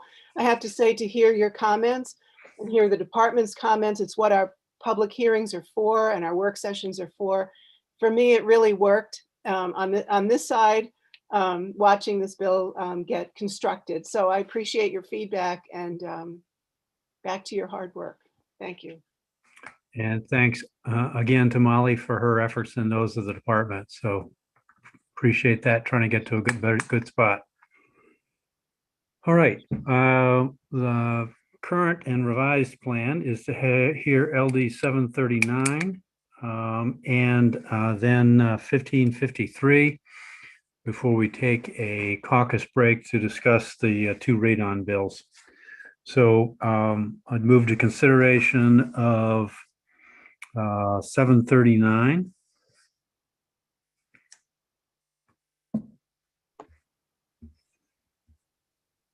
And go ahead. Oh, no, this is its first work session. So you didn't have to move anything. I was just confused. Sorry. I'm regularly that way, so I count on you to clarify things. It makes me nervous when you're confused. All right. So 739. We had some feedback coming from the department. The bill currently isn't on the table, right? We've heard this before, no? Right. So this is the first work session. I submitted a memo to the committee outlining kind of a little bit of background information about this, the bill and some of the issues I've identified with the bill. I'm happy to go over that briefly with the committee if you'd like me to. Would that be helpful to committee members to have? Yes. Yeah, and a screen share in the process? Yeah. Okay. I'm not going to screen share my memo, but I am going to screen share a graphic that I hope helps orient us all. So this graphic is from an OIG report about the use of payment suspensions by Medicaid agencies across the country. And what I like about it is that it kind of shows us exactly where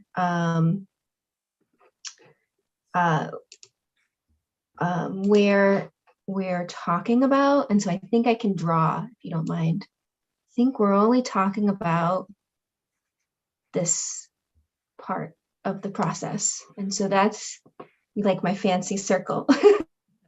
This is the state part of the process. The bill involves Maine's process relating to credible allegations of fraud by main care providers. A credible allegation of fraud is an allegation that the department has verified from any source which has one or more indicia of reliability and which allegations, facts, and evidence have been carefully reviewed by the department on a case-by-case basis. When the department receives an allegation of fraud, it conducts a preliminary investigation to determine whether the allegation is credible. So that's this. Allegations of fraud may come from any source, including but not limited to fraud hotline complaints, claims data mining, or patterns identified through provider audits, civil false claims cases, and law enforcement investigations. If the department determines that the allegation is not credible, then the fraud case is over. If the department determines that the allegation is credible, Maine and federal law both require the department to suspend payments, either in whole or in part, to a main care provider unless there's a good cause exception. And so that's this determination here. Good cause exists when, for example, law enforcement officials indicate that suspending payments might compromise an investigation, that suspending payments might jeopardize member access to services, or if suspending payments is not in the best interests of the main care program, among other reasons. Okay. Any response to that graphic? Any questions, suggestions at this point? Representative Griffin. Yes, I'd like to make a motion to table this. I know the sponsor is here, but she's still trying to, she's still meeting with different people, and she would just like more time to work on this bill. There's been a motion to table I'll second that motion. with a second. So I think we can probably do this with a show of hands. All those in favor of the tabling motion, please so signify. So that's Unanimous of those present. So the bill is tabled for future consideration. Do we have a time frame for when we might hear back? Because we have a time frame from the presiding officer. Yes. Can I speak? Oh, sure. There you are. Oh, good. You're already in the room. I didn't see you. Yes, I'm here. Hey there. Thank you, Senator Claxton and Representative Meyer. I've been with you folks all morning, and I just want to say thank you so much for your PFAS work. It seems like it's going to jive really good, but with what we did in ENR, and good work on that. But that being said, I have been working on this. I've had some setbacks because Attorney Slater has been quite ill. He's a disabled veteran and he's been in and out of the hospital. But this morning he's actually he's speaking, having conversations with Maine Health as well as Rick Erb. So and I'm hoping they get that done today. And I hope I can bring this back as soon as possible. I understand this is really, really difficult legislation and the circumstances under which it has been proposed. And if we can't find a solution, you will know ASAP. So I'm hoping to do this post haste. Okay. So we'll hopefully get this back on the calendar next week. Fingers crossed. Because that's about as much time as we got. I will let you know. Hopefully it'll be before the end of today that I can let you know. Oh, great. I don't want to create additional pressures, but I'm okay with that. okay, good. All right. So thank you very much. So the motion has been tabled. We're hopefully get it back in a slot next week. Is the intent, and earlier is better, but we'll see how it plays out in the next 48 hours, 24 hours. So we'll move on to consideration of LD 1553. Thank you for being here, Representative Connor. We'll see if we can get to what you need to get to. Thank you. All right, LD 1553. This is an act to amend the law governing main care coverage of chiropractic treatment. This bill requires all chiropractic services that are within the scope of practice of chiropractic doctors and performed by a licensed chiropractic doctor to be reimbursed under the main care program. Under current law, the department is required to reimburse for only chiropractic evaluation and management examinations. The bill also requires the department to apply for a state plan amendment to allow for Medicaid reimbursement for all chiropractic services within the scope of practice, no later than January 1st of 2022. And if the state plan amendment is not approved by CMS, then chiropractic doctors will not be reimbursed by main care for any additional chiropractic services that are not currently eligible for reimbursement. This is the same bill as the amended version of LD 154 and the 129th. We did hear some disagreement about the fiscal note during the public hearing in terms of acupuncture. In 2020, Medicare began to cover acupuncture for chronic low back pain in certain circumstances and performed by certain providers, which included doctors, nurse practitioners, PAs, and masters or doctoral level acupuncture training, which I guess pulls in some chiropractors. Billing codes that would be covered under this bill are covered by Medicaid when performed by other providers. That was the argument from the proponents. The department in their testimony provided you with 42 CFR 440 number 6.6, which only allows for reimbursement to licensed chiropractors for treatment of manual manipulation of the spine. And the department believes that they are unlikely to have the SPA approved. We haven't yet heard from, got a preliminary fiscal impact statement from OFPR, but I did just want to address that a little bit.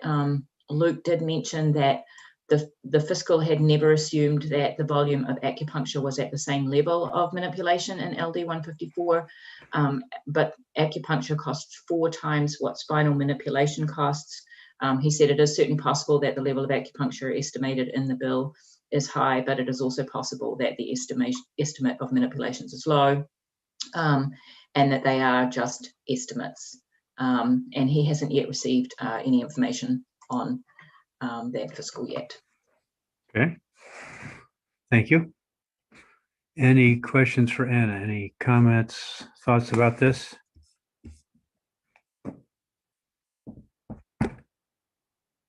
I don't see any. Any questions we need to bring anybody in to answer? Not seeing any. So I'd entertain a motion at this point. If there's no further discussion, Representative Lemelin. Yes, thank you, Senator. I'm sorry, I missed some of that. Okay. Thank you, Senator. Yes, I'd like to make a motion ought to pass as amended. Second. The motion has been made and seconded. And the amendment is the fiscal note. Is there additional discussion? Then we'll ask Ms. Withy to run the vote. Representative Zager. Representative Zager is absent. Representative Lemlin. Yes. Representative Lemlin, yes. Representative Stover. Yes. Representative Stover, yes. Senator Baldacci. Yes. Senator Baldacci, yes. Representative Perry. Representative Perry is absent. Representative Griffin. Yes. Representative Griffin, yes. Representative Connor. Yes. Representative Connor, yes. Representative Craven. Yes. Representative Craven, yes. Representative Madigan. Yes. Representative Madigan, yes. Representative Javner. Representative Javner is absent. Senator Moore. Yes. Senator Moore, yes. Representative Meyer. Yes. Representative Meyer, yes. Senator Claxton. Yes. Senator Claxton, could you please turn your video on for the vote? Yes. Senator Claxton, yes. That's 10 yes, 3 absent. Okay. So the next two bills to consider relate to radon. And at this point, we need to take a break for caucus. Let's shoot for reconvening at 11:30 and hope to make our work in caucus succinct and back by that time. So if you'll excuse us all till 11:30, we'll see you later.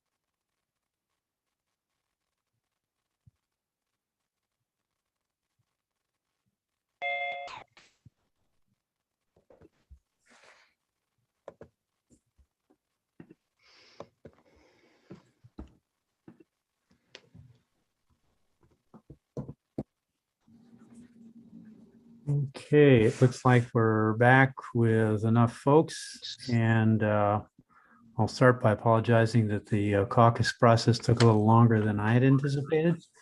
So we're back for consideration of LD number 819 and 1437. Did you look at those individually or collectively, Aaron? I looked at them separately. They're really not Yeah. overlapping. Okay, so you want to start with 819, and then the question comes that there's an amendment out there. So maybe we should start with the amendment. Okay, so do you have the amendment to put up on screen share? That'd be great. Yeah, just take me 1 second.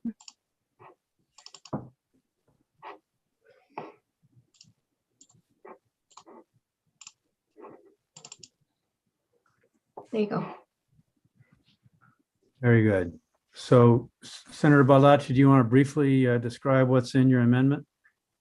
Yes, thank you, Mr. Chairman. I would just indicate that what I tried to do after doing some more research, both with what other states are doing and with the federal government and what Maine has done or has not done in the past, come up with some sort of system that might, gradually over time, within a reasonable amount of time, reach, widespread acceptance instead of forcing something all at once. And the state of Minnesota has a couple of gold standard radon designation programs it's part of a voluntary program to recognize property owners who are complying with US EPA standards and to also help with the cost of radon testing and mitigation.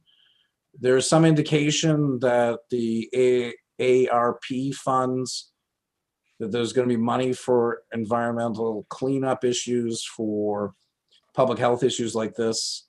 And the mitigation expenses, first, the radon testing itself is relatively low cost, but as part of this voluntary program, the cost of the radon testing and some portion of the mitigation expenses, I think that we could start working on a voluntary thing and set out mandatory limits further out.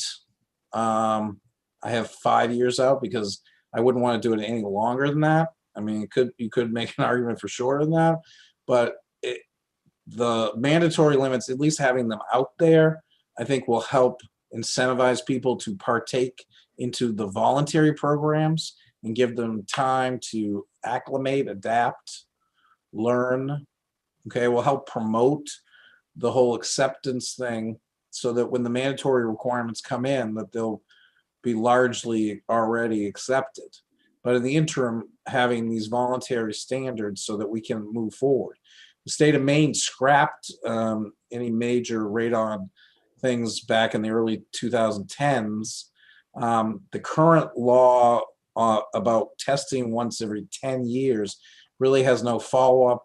I dare say there's no enforcement and really doesn't meet any accepted scientific guidelines in terms of radon. It's already accepted that in terms of state and federal codes or whatever, however you want to term it, that the testing is going to be done on the first level or the basement level, because that's how you develop, that's how you determine the radon. You don't do it from the third floor down. I know that was brought up before. So what I'm trying to do is set up a vigorous voluntary system that would include rewards, and that would include like a partnership and move us forward significantly forward from where we are, which is really having nothing of significance in place at all to address this issue, which is the second leading cause of lung cancer in the state of Maine, which Maine has a very high, we're like in the top 2 or 3 states in terms of per capita people diagnosed each year with lung cancer. So let's look at the bill paragraph by paragraph. And in number 1, which is on the screen now, we've decided that that's not necessary because we've sorted out that that's already in statute. Well, I just, it may need to be clarified because I understand there are building codes, but I wasn't aware that they were required in the state of Maine. But I guess if we can get, we might need to get more information. So we on need that some issue. clarification about paragraph 1. Paragraph 2 is the 5-year line in the sand and mandates every 2-year testing. Right. And then 3 requires staff to look at state-owned facilities. That particular paragraph as well can be because I was just in state and local government, and there's a similar bill that Representative Harnett is working on that's going to be in state and local government to do a similar thing. So I don't need, that doesn't need to be replicated here. Okay, so 4 is the first of the voluntary gold standard designations. So that your intent is by early next year to create an incentive. And the incentive is to get started on the work, knowing that you could get maybe $600 in mitigation expenses covered. Correct. And yep. Okay, and then 5, it doesn't sound like we need 5 anymore because if we get 1 sorted out. Right, right. And in its place, I mean, I would offer up to the committee that we could also look at doing a voluntary residential purchase and sale type of gold standard program. These are based on what the state of Minnesota is doing, which they have found to be effective.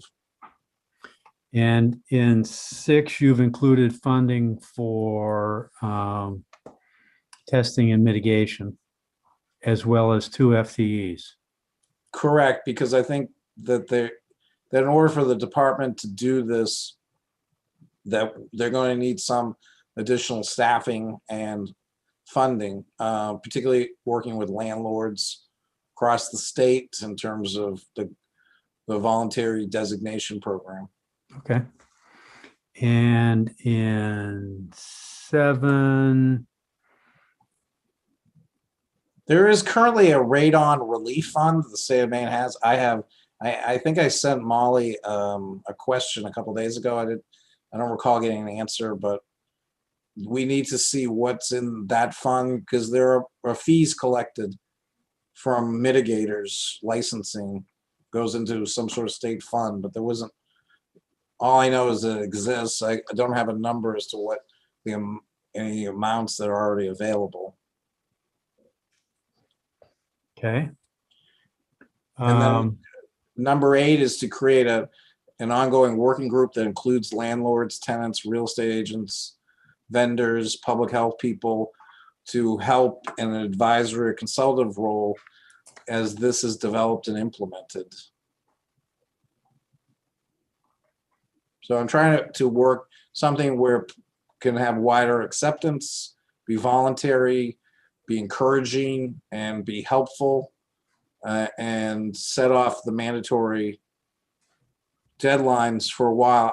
Like I said, I wouldn't go beyond 5 years because I don't think it's would be reasonable. But I think we need to have something there to help incentivize people doing the voluntary.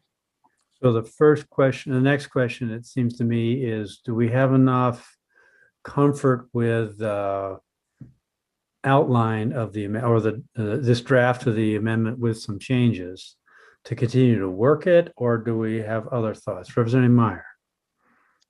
Thank you, Mr. Chair.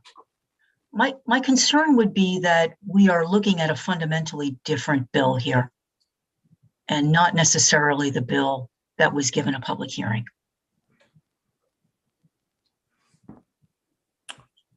Because, okay, because the initial one was focused on landlords and testing. Yeah. Correct. Well, I mean, this one is focused on landlords and testing. It's just a different structure.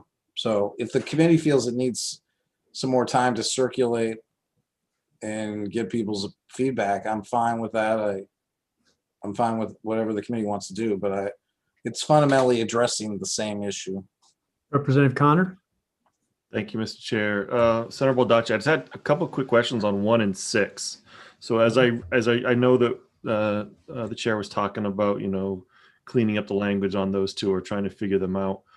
It's my understanding not every house that's built is going to need radon mediation. Is that correct? Oh yeah, yeah.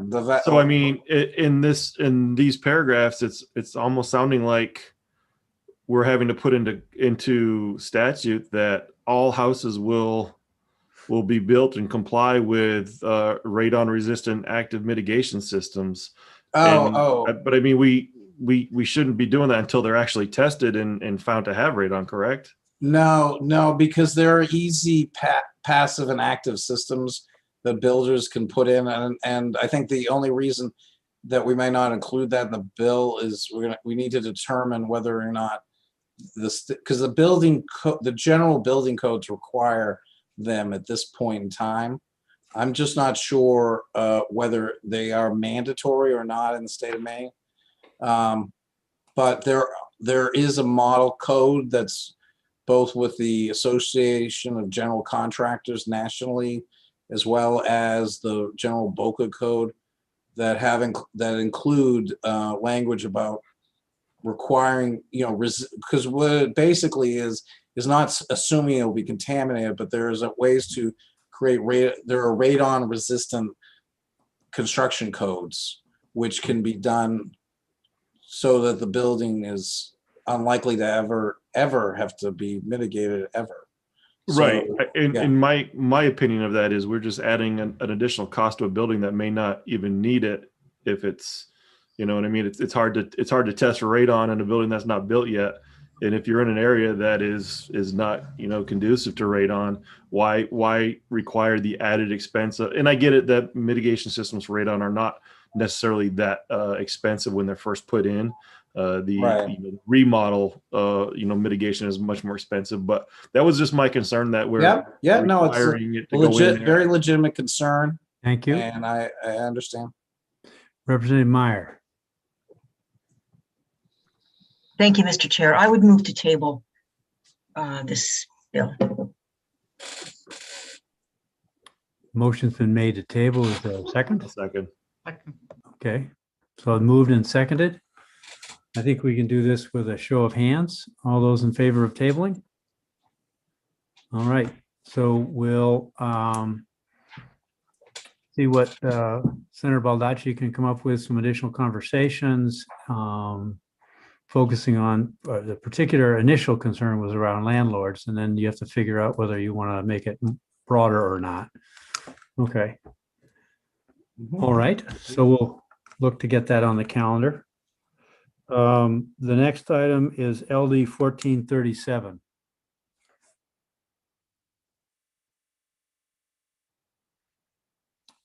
And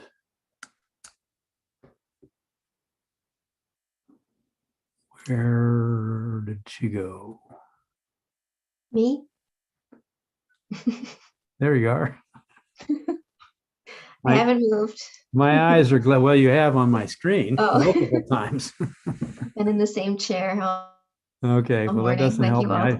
I recognize the window, but all right. So thank do you. you want me to share my bill analysis? If you would.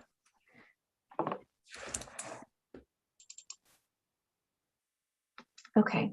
LD 1437 is an act to reduce poisoning from radon, arsenic, and other air or water pollutants by expanding education, testing, and mitigation regarding those pollutants.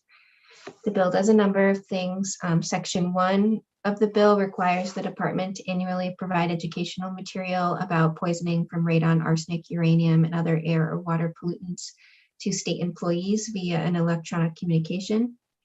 Sections 2, 3, and 4 authorize the Housing Opportunities for Maine program funds under the Maine State Housing Authority to be used to pay for the cost of testing for and mitigation of mold, radon, arsenic, uranium, and other air or water pollutants.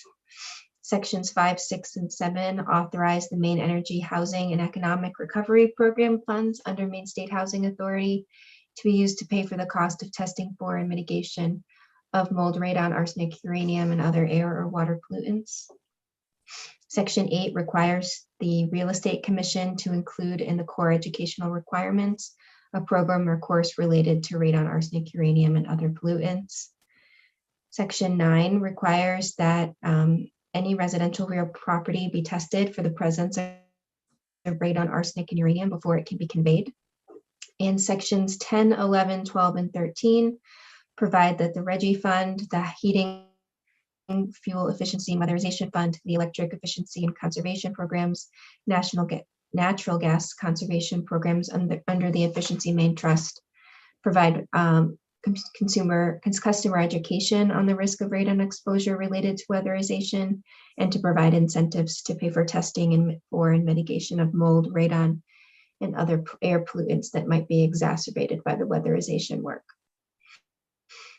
You heard some issues raised at testimony, the public hearing rather, in testimony from Efficiency Maine Trust about it's outside of the scope of their work, about avoided energy costs, that it might now make the programs no longer cost effective, and it inserts complexity and unpredictability into the trust budget.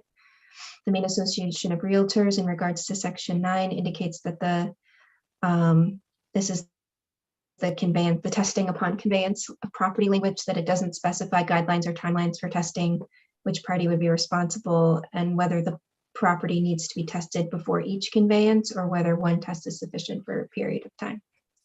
You also received some specific amendments from the testimony related to the bill as drafted. Defender Health suggested with the conveyance of property section to make the requirements for water testing only applied to homes with a private well, and Maine Indoor Air Quality Council made the same suggestion. And to expand the requirement for well testing to be everything recommended by the department under statute. And Maine Indoor Air Quality Council suggested adding a provision that requires the results of the test to be disclosed to potential buyers, and adding those disclosure requirements to real property transactions and contaminant testing and mitigation information. The fiscal impact hasn't yet been determined. All righty. Thank you. So we have somebody from the department who might help us with some of these questions, Mr. Highland, as well as Ms. Bogart. Was that what you were going to suggest, Molly, that we bring in Mr. Highland? Yes, Jay is our radiation program manager, and you probably don't want to hear from me on radon, so. Okay, all right. So welcome, Mr. Highland. Morning or afternoon, I guess now. It is afternoon now. So we've been talking about radon and other pollutants, but mostly focusing on radon for right now. What can you tell us that we should know before we step into this? And which committee do you most often deal with? That'll be my first question. Usually HHS. Okay, all right. I was just wondering if it might be housing, but anyway, okay. So what kind of questions do we have for Mr. Highland and his expertise? You saw the various elements of the bill. Any response to any of those elements is welcome. Many of them don't affect us specifically. We are always in favor of education, and certainly that's why I'm here. If the committee needs any education on radon, I'm more than willing to provide it. And certainly the idea of educating state employees, we support. I would support that. How about educating realtors? Understanding that that's not within your purview of licensing, probably. Correct. We have created a course that's approved by the Maine Association of Realtors, a 3-credit course. I don't think it's a bad, like I said, I don't think the education is a bad thing, certainly. And like I said, I'm more than willing to provide it. And as I recollect from testimony, you have been providing it, and the sign-up sheet is still clean. Yes. All right. So nobody's taken the course. Okay. All right. How about other questions of Mr. Highland about radon? Representative Connor. Thank you, Mr. Chair. I just wanted to make a comment. I know my continuing education for my real estate license does not come up for another year. So more than likely, you'll see a host of realtors signing up for those courses in the coming year would be my suspicion.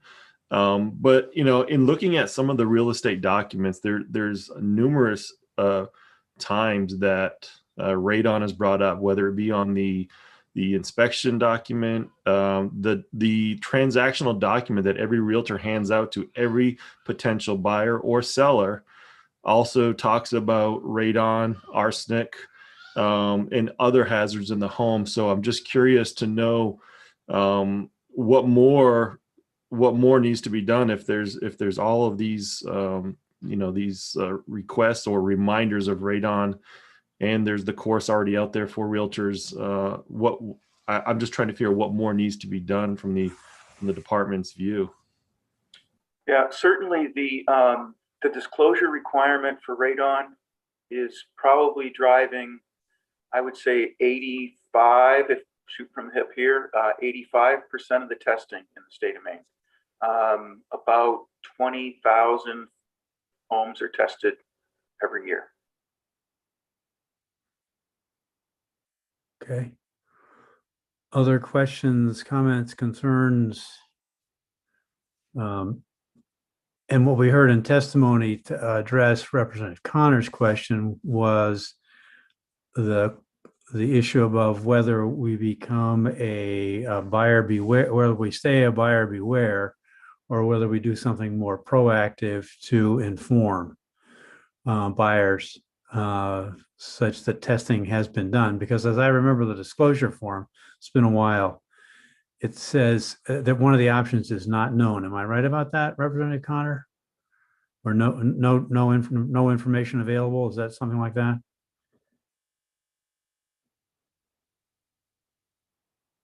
Is your mic on?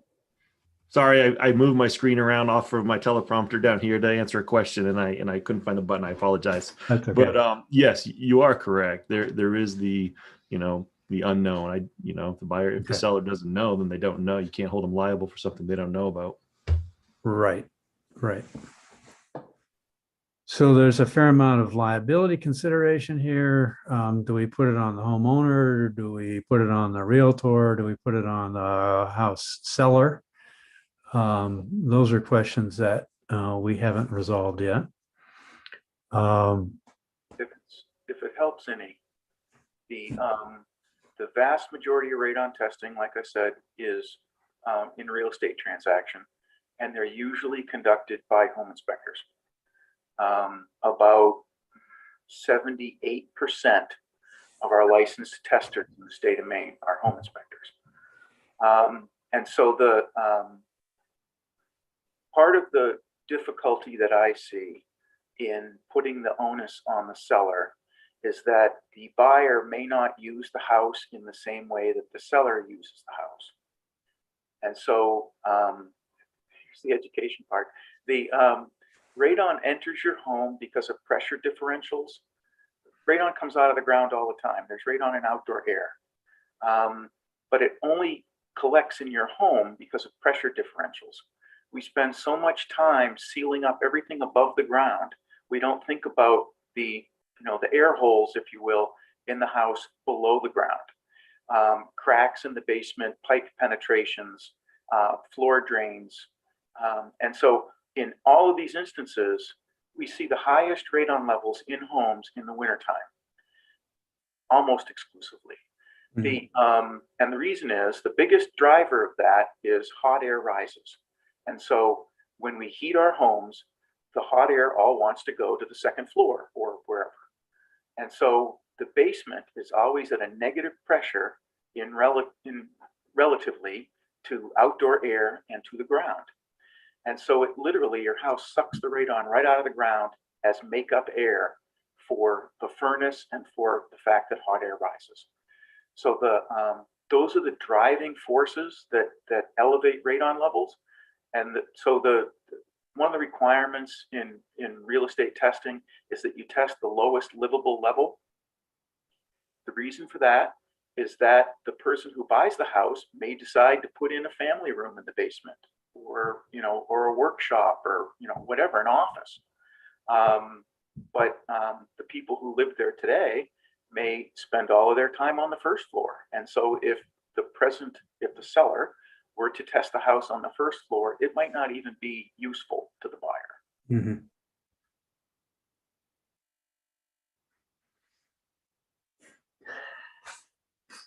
I'm sorry. I'm learning all the time, and it was because of this conversation 2 years ago that I did some radon testing in my house, and now have a mitigation system. So it's helped some of us because somebody was giving out free radon testing kits. So my sense is, and correct me if I'm wrong, that there are a number of unresolved issues here. So my question to the sponsor then is, of the ones that are out there, do you feel like you have enough direction or focus to bring back some with some additional clarity that we should consider, as opposed to the entire list? Maybe somewhat indistinct question, but I acknowledge it. Okay, thank you, Mr. Chair, for the question. As I understand the question, it sounds like the unresolved piece here, or pieces, really have to do with the real estate transaction piece. Who would be required to pay for that? And that's pretty much all we focused on in terms of this part of the bill. So I can work on that a little bit further. It's important to also keep in mind here, I wanted to bring to the committee's attention that we may have a significant opportunity with the American Rescue Plan funds to assist with testing for low-income households, rural households, with Section 6002 of the bill. And I am going to be in communications, or I am currently in communications with Beth Busang, with the Mills administration to work through some of those details and see if we can come back to the committee with more in that regard once we get more guidance from the feds. But in terms of contractual liability here, that needs a little bit more time to work out. Okay. And the other thing I think, coming from incrementalists, is that it may just be easier to get the radon piece of this pinned down to your satisfaction, with the idea that in subsequent cycles we could add the arsenic and the other air or water pollutants. It seems a little bit open-ended to me. Yeah, sure. So I think that just when looking at the real estate transaction process, when you are hiring a home inspector, typically that is when you are getting in there and you are testing radon and arsenic and any other tests you want to get done, that's the time to do it. In terms of testing costs to whether it be the seller or the buyer, we're talking about in the $150 range for each individual test. And if the committee has questions about testing or testing capacity, there is at least one person in the attendee room that can answer questions about that specifically. But I personally see our housing market right now is in a place where home inspections are being waived more and more because the demand for housing is so high. I'm seeing it in South Portland here that sellers are refusing to deal with anybody who wants a home inspection. And as somebody who offers home inspections as a part of their business, I have seen less and less of that happening now in this current housing market. So more of my work is with weatherization and efficiency mains. So the urgency, I think, is greater than ever. So. And one last point, and then I'll go to Representative Connor. I hear a significant ask for some education to homeowner and realtor about what some of the issues are, because if you buy a house and tighten it up, you're increasing your risk of radon exposure if mitigation isn't in place. And it sounds like the ask is to test water and air for each transaction. Yes, and actually the proposed amendment from both Defend Our Health and the Maine Indoor Air Quality Council is a good suggestion on private wells for water testing specifically, because with municipal water supply, that's already tested. That's already done. That's Yeah, already done. so Okay. that is a completely logical amendment there. So okay, so I'm sorry, you've been patient, Representative Connor. You're on. Thank you, Mr. Chair. No problems at all. I'm fascinated by all this conversation. I was just curious, Representative Kessler, with the thought process or the methodology behind part one of the summary, that DHHS will annually provide educational information about all of these poisons to state employees. I was just curious as to why it stopped, or why state employees were chosen. Just out of curiosity, if you could explain that. yes, thank you for the question, Representative Connor. And I love the outfit and light combination. It really works well. And so this was input in there on suggestion from the state radon coordinator, who had felt that where we have state employees who are working with people all the time, and who are on the ground with them, if they are able to be more knowledgeable about identifying these hazards in the home, that it wouldn't hurt.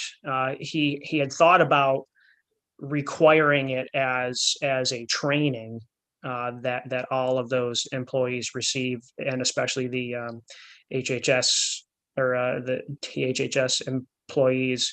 But I had thought, we all receive emails all the time from the state with information. Some just archive it quickly, some do read it, but it's a very easy no fiscal note lift for just clicking send on some information, and if you can at least save one life that way, that's worth it. So thank you, I appreciate it. Like I said, I was just curious to know. That's all I have, Mr. Chair. And one last question for Mr. Highland. Do you have a sense of what percentage of home sales in the last 3 months have included inspection? I don't. Okay, yeah, you wouldn't know about the absence of the Right. inspection, right? Okay, all right. Yes, Representative Kessler. Mr. Chair, yes, I believe that question could potentially be answered by one of the attendees in the audience. It's representatives from Northeast Laboratory Services. They're standing by if you want to ask them any questions. Okay, so it sounds to me that you've started with some conversations with the governor's office through BOSANG. Yes, and that there's some still, the conversations are ongoing. Yes. So would you be comfortable having the consideration tabled at this point, given time for additional work? Sure, we can make it stronger. Yeah. Okay. I'll move So the table. there's a motion to table Second. and a second. I think we can do this with a show of hands. Thank you, Representative. Those of you who are in favor of tabling this motion for future reconsideration, unanimous of those present. So I think that helps shape a little bit the conversation and the work to be done. So thank you for that. I'm certainly reminded all the time about radon and the need to recognize it. Probably not so much about arsenic, but I'm going to go check my water report and see if that was tested too. I think it was, but I'll be making sure. Okay. So that'll conclude the work session consideration of LD 1437. That's now been tabled. And I think that concludes the work for the committee, with the chairs and leads being invited to stay later. Oh, except after we get done some amendment review. So I'll turn it over to you, Representative Meyer, and I'll be back in about 5 minutes. Thank you, Mr. Chair. I just wanted to make, our work is through today, correct, Aaron? We have some We have reviews. amendment review. Okay, go ahead. Sorry about that. It can wait if there's No, something you no. wanted to I'll wait discuss. until you're through. Okay. All right.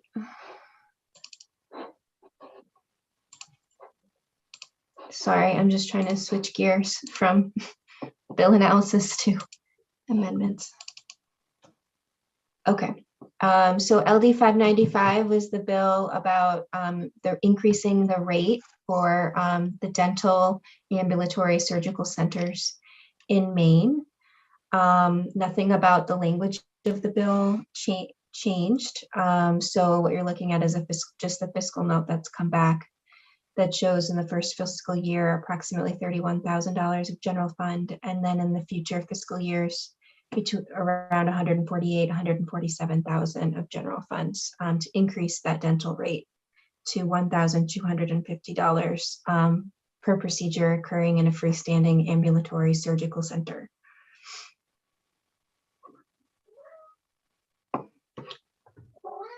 So if that's good, I'll move on to the next one. Yeah, any questions, concerns, issues from the committee? Seeing none.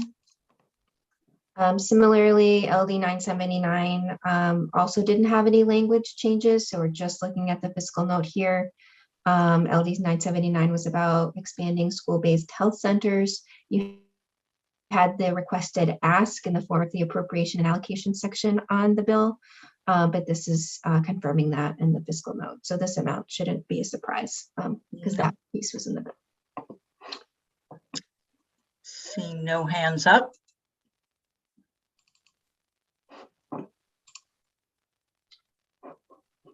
Can you see 265 or are we not? We can see 265. Okay. So 265 was an act to provide women access to affordable postpartum care. It extends for Maine Care members postpartum coverage up to 12 months following the delivery of a child. For Maine Care members eligible if their family income is equal to or below 200% of the non-farm or the federal poverty level, and if a person is legally admitted to the United States. It directs the department to submit requests for any state plan amendments by January 1, 2022. That tracks with the federal law on this topic that you discussed. It also has a 5-year sunset, so you can see that with the language both in section 1 and section 3 that start beginning January 1, 2022 and until December 31, 2026. So that's a 5-year period of rate increases, and you've accordingly asked for a report back in section 5 here annually beginning in February 1, 2023, which would be about a year after the program's implemented, until 2026, which is the final year that the program or the rate increase would be in effect, and that you'd be authorized to report out legislation regarding each report. Questions, concerns, issues from the committee? Seeing none, Erin? Okay. So this is the majority report on LD 372, which is about expanding access to CHIP. The only change that the majority of the committee had was to change the language about expanding non-citizen coverage. So healthcare coverage under CHIP would be available to a person who is under 21 years of age, who is not a citizen but is legally admitted, who is not eligible for Medicaid, and whose family income is below the maximum eligibility level, which this bill had increased that to 300% of the federal poverty level, and who meets the other requirements of the CHIP program. And then we have the minority report, which looks confusing because it's really hard to kind of walk you through what the language is on the floor when we don't have a markup. And I'm sorry, I didn't get that for you. But in general, what it does is it keeps the federal poverty level limit at 200%. You can see that here at line 16. It takes out the increase that was proposed by the bill to keep the existing law at 200%. It removes the section on non-citizen coverage. It also removes the section on covering 19 and 20-year-olds, excuse me. It also strikes out the cross references that refer to sections 2A and 2B, which are about non-citizens and 19 and 20-year-olds, to make sure that there aren't any like random references that don't exist in the bill. And then it removes the language about applying for using the funds for outreach activities. And that was, so it's identical to the amendment that came out of committee last year. And except we caught a few of those cross references this year that we neglected to take out the last time, because it's easier to look at something when you have fresh eyes. So you do have fiscal notes. I'm sorry, I forgot to talk about those. On the majority report here, it shows about 5.4 million in the first fiscal year of general fund, increasing to about 10.6 in future years. Because of the adjustment of the eligibility requirements, the note says, the elimination of premiums, and for the outreach activities. On the minority report, oh, I also forgot that in the minority report, it removes any reference to the asset limits because that's not currently a requirement in the rules. So that's what one of these other lines does. And the fiscal note for the minority report is about 120,000 of general fund in the first fiscal year and about 207,000 of general fund in future fiscal years, both for elimination of premiums and required technology changes. And then we have Anna's bills. So 1069 is an act to provide program solvency, clarity, consistency, and flexibility in routine public health licensing activities. Do you know the language? Oh, I didn't know you're there. Anna can do this then. Sorry. No, I actually forgot. And then suddenly I saw you doing amendment review and I'm like, oh gosh, that's right. You might as well leave that up though, Erin. Yeah, I'll pass it over to you. Go for it.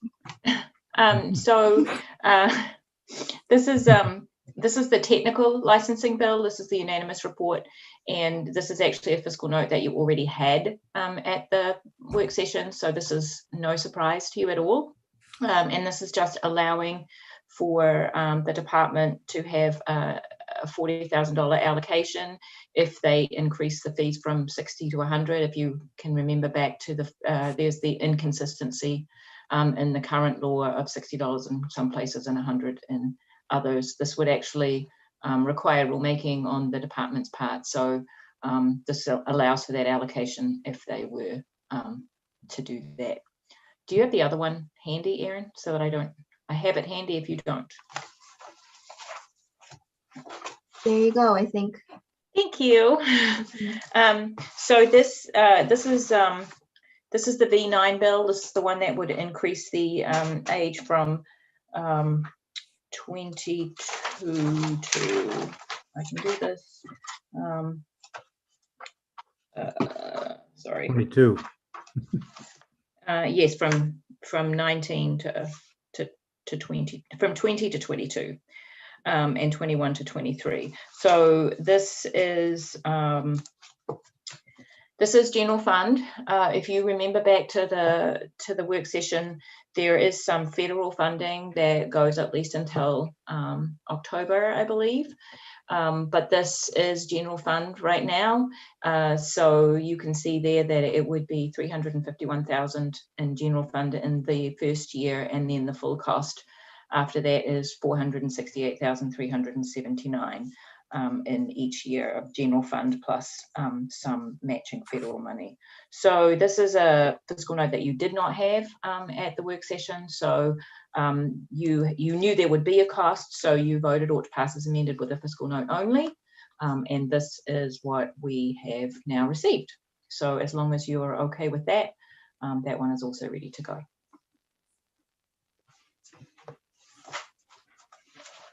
Thanks, Erin. Yeah, your camera's not on. You're like a mystery person. Oh, I forgot. Sorry. Hi.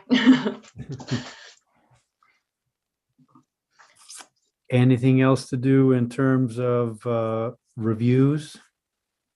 Nope. No. Okay, so there has been a request to have the chairs, leads, and analysts meet afterwards, but before that, Representative Meyer? Yes, thank you, Mr. Chair. I just wanted to make a quick statement on mic here before the committee. Our week began with a briefing by CDC Director Nirav Shah, to whom I and hundreds of thousands of Mainers are grateful for his leadership, expertise, his candor, and his obvious dedication to communicating the often grim truth in ways Mainers have come to trust and respect over the course of what's been among the most difficult days in our lives. Yesterday, the reputation of the women and men of Maine CDC was impugned. And I want to take a moment to apologize on behalf of what I believe is the majority of our committee members sitting here around our virtual horseshoe, and let the hardworking Mainers who report for work every day at Maine CDC know we are grateful for your service. I know that you have been with us every step of the way through this crisis, and that the work you've done and continue to do has been the light at the end of the tunnel we are beginning to make our way through. And our thanks to each and every one of you. So thank you for indulging me. Very good. There being no other business to come before us, I'll entertain a motion to adjourn to Monday, and I haven't yet looked at the calendar to know exactly when that is. 9 Probably a.m. 9 a.m. Thank you. Representative Stover. I have some votes to record if someone wants to stay. So I, for these. Senator Moore and Representative Griffin, can you go over to the other link for chairs, leads, and analyst meeting? I don't expect that to be too long, right, Aaron? As long as this link is active with Carrie and Representative Stover, we can't use that other link. Oh, so we need to finish up. So the rest of the committee Do it can, electronically. okay. All right, so she's all set. Thanks. So that allows everybody to leave except for those who have been invited to stay. So have a good weekend, people. We'll just stay here. Well, we're on YouTube, so we might want to go to a different link. We'll use the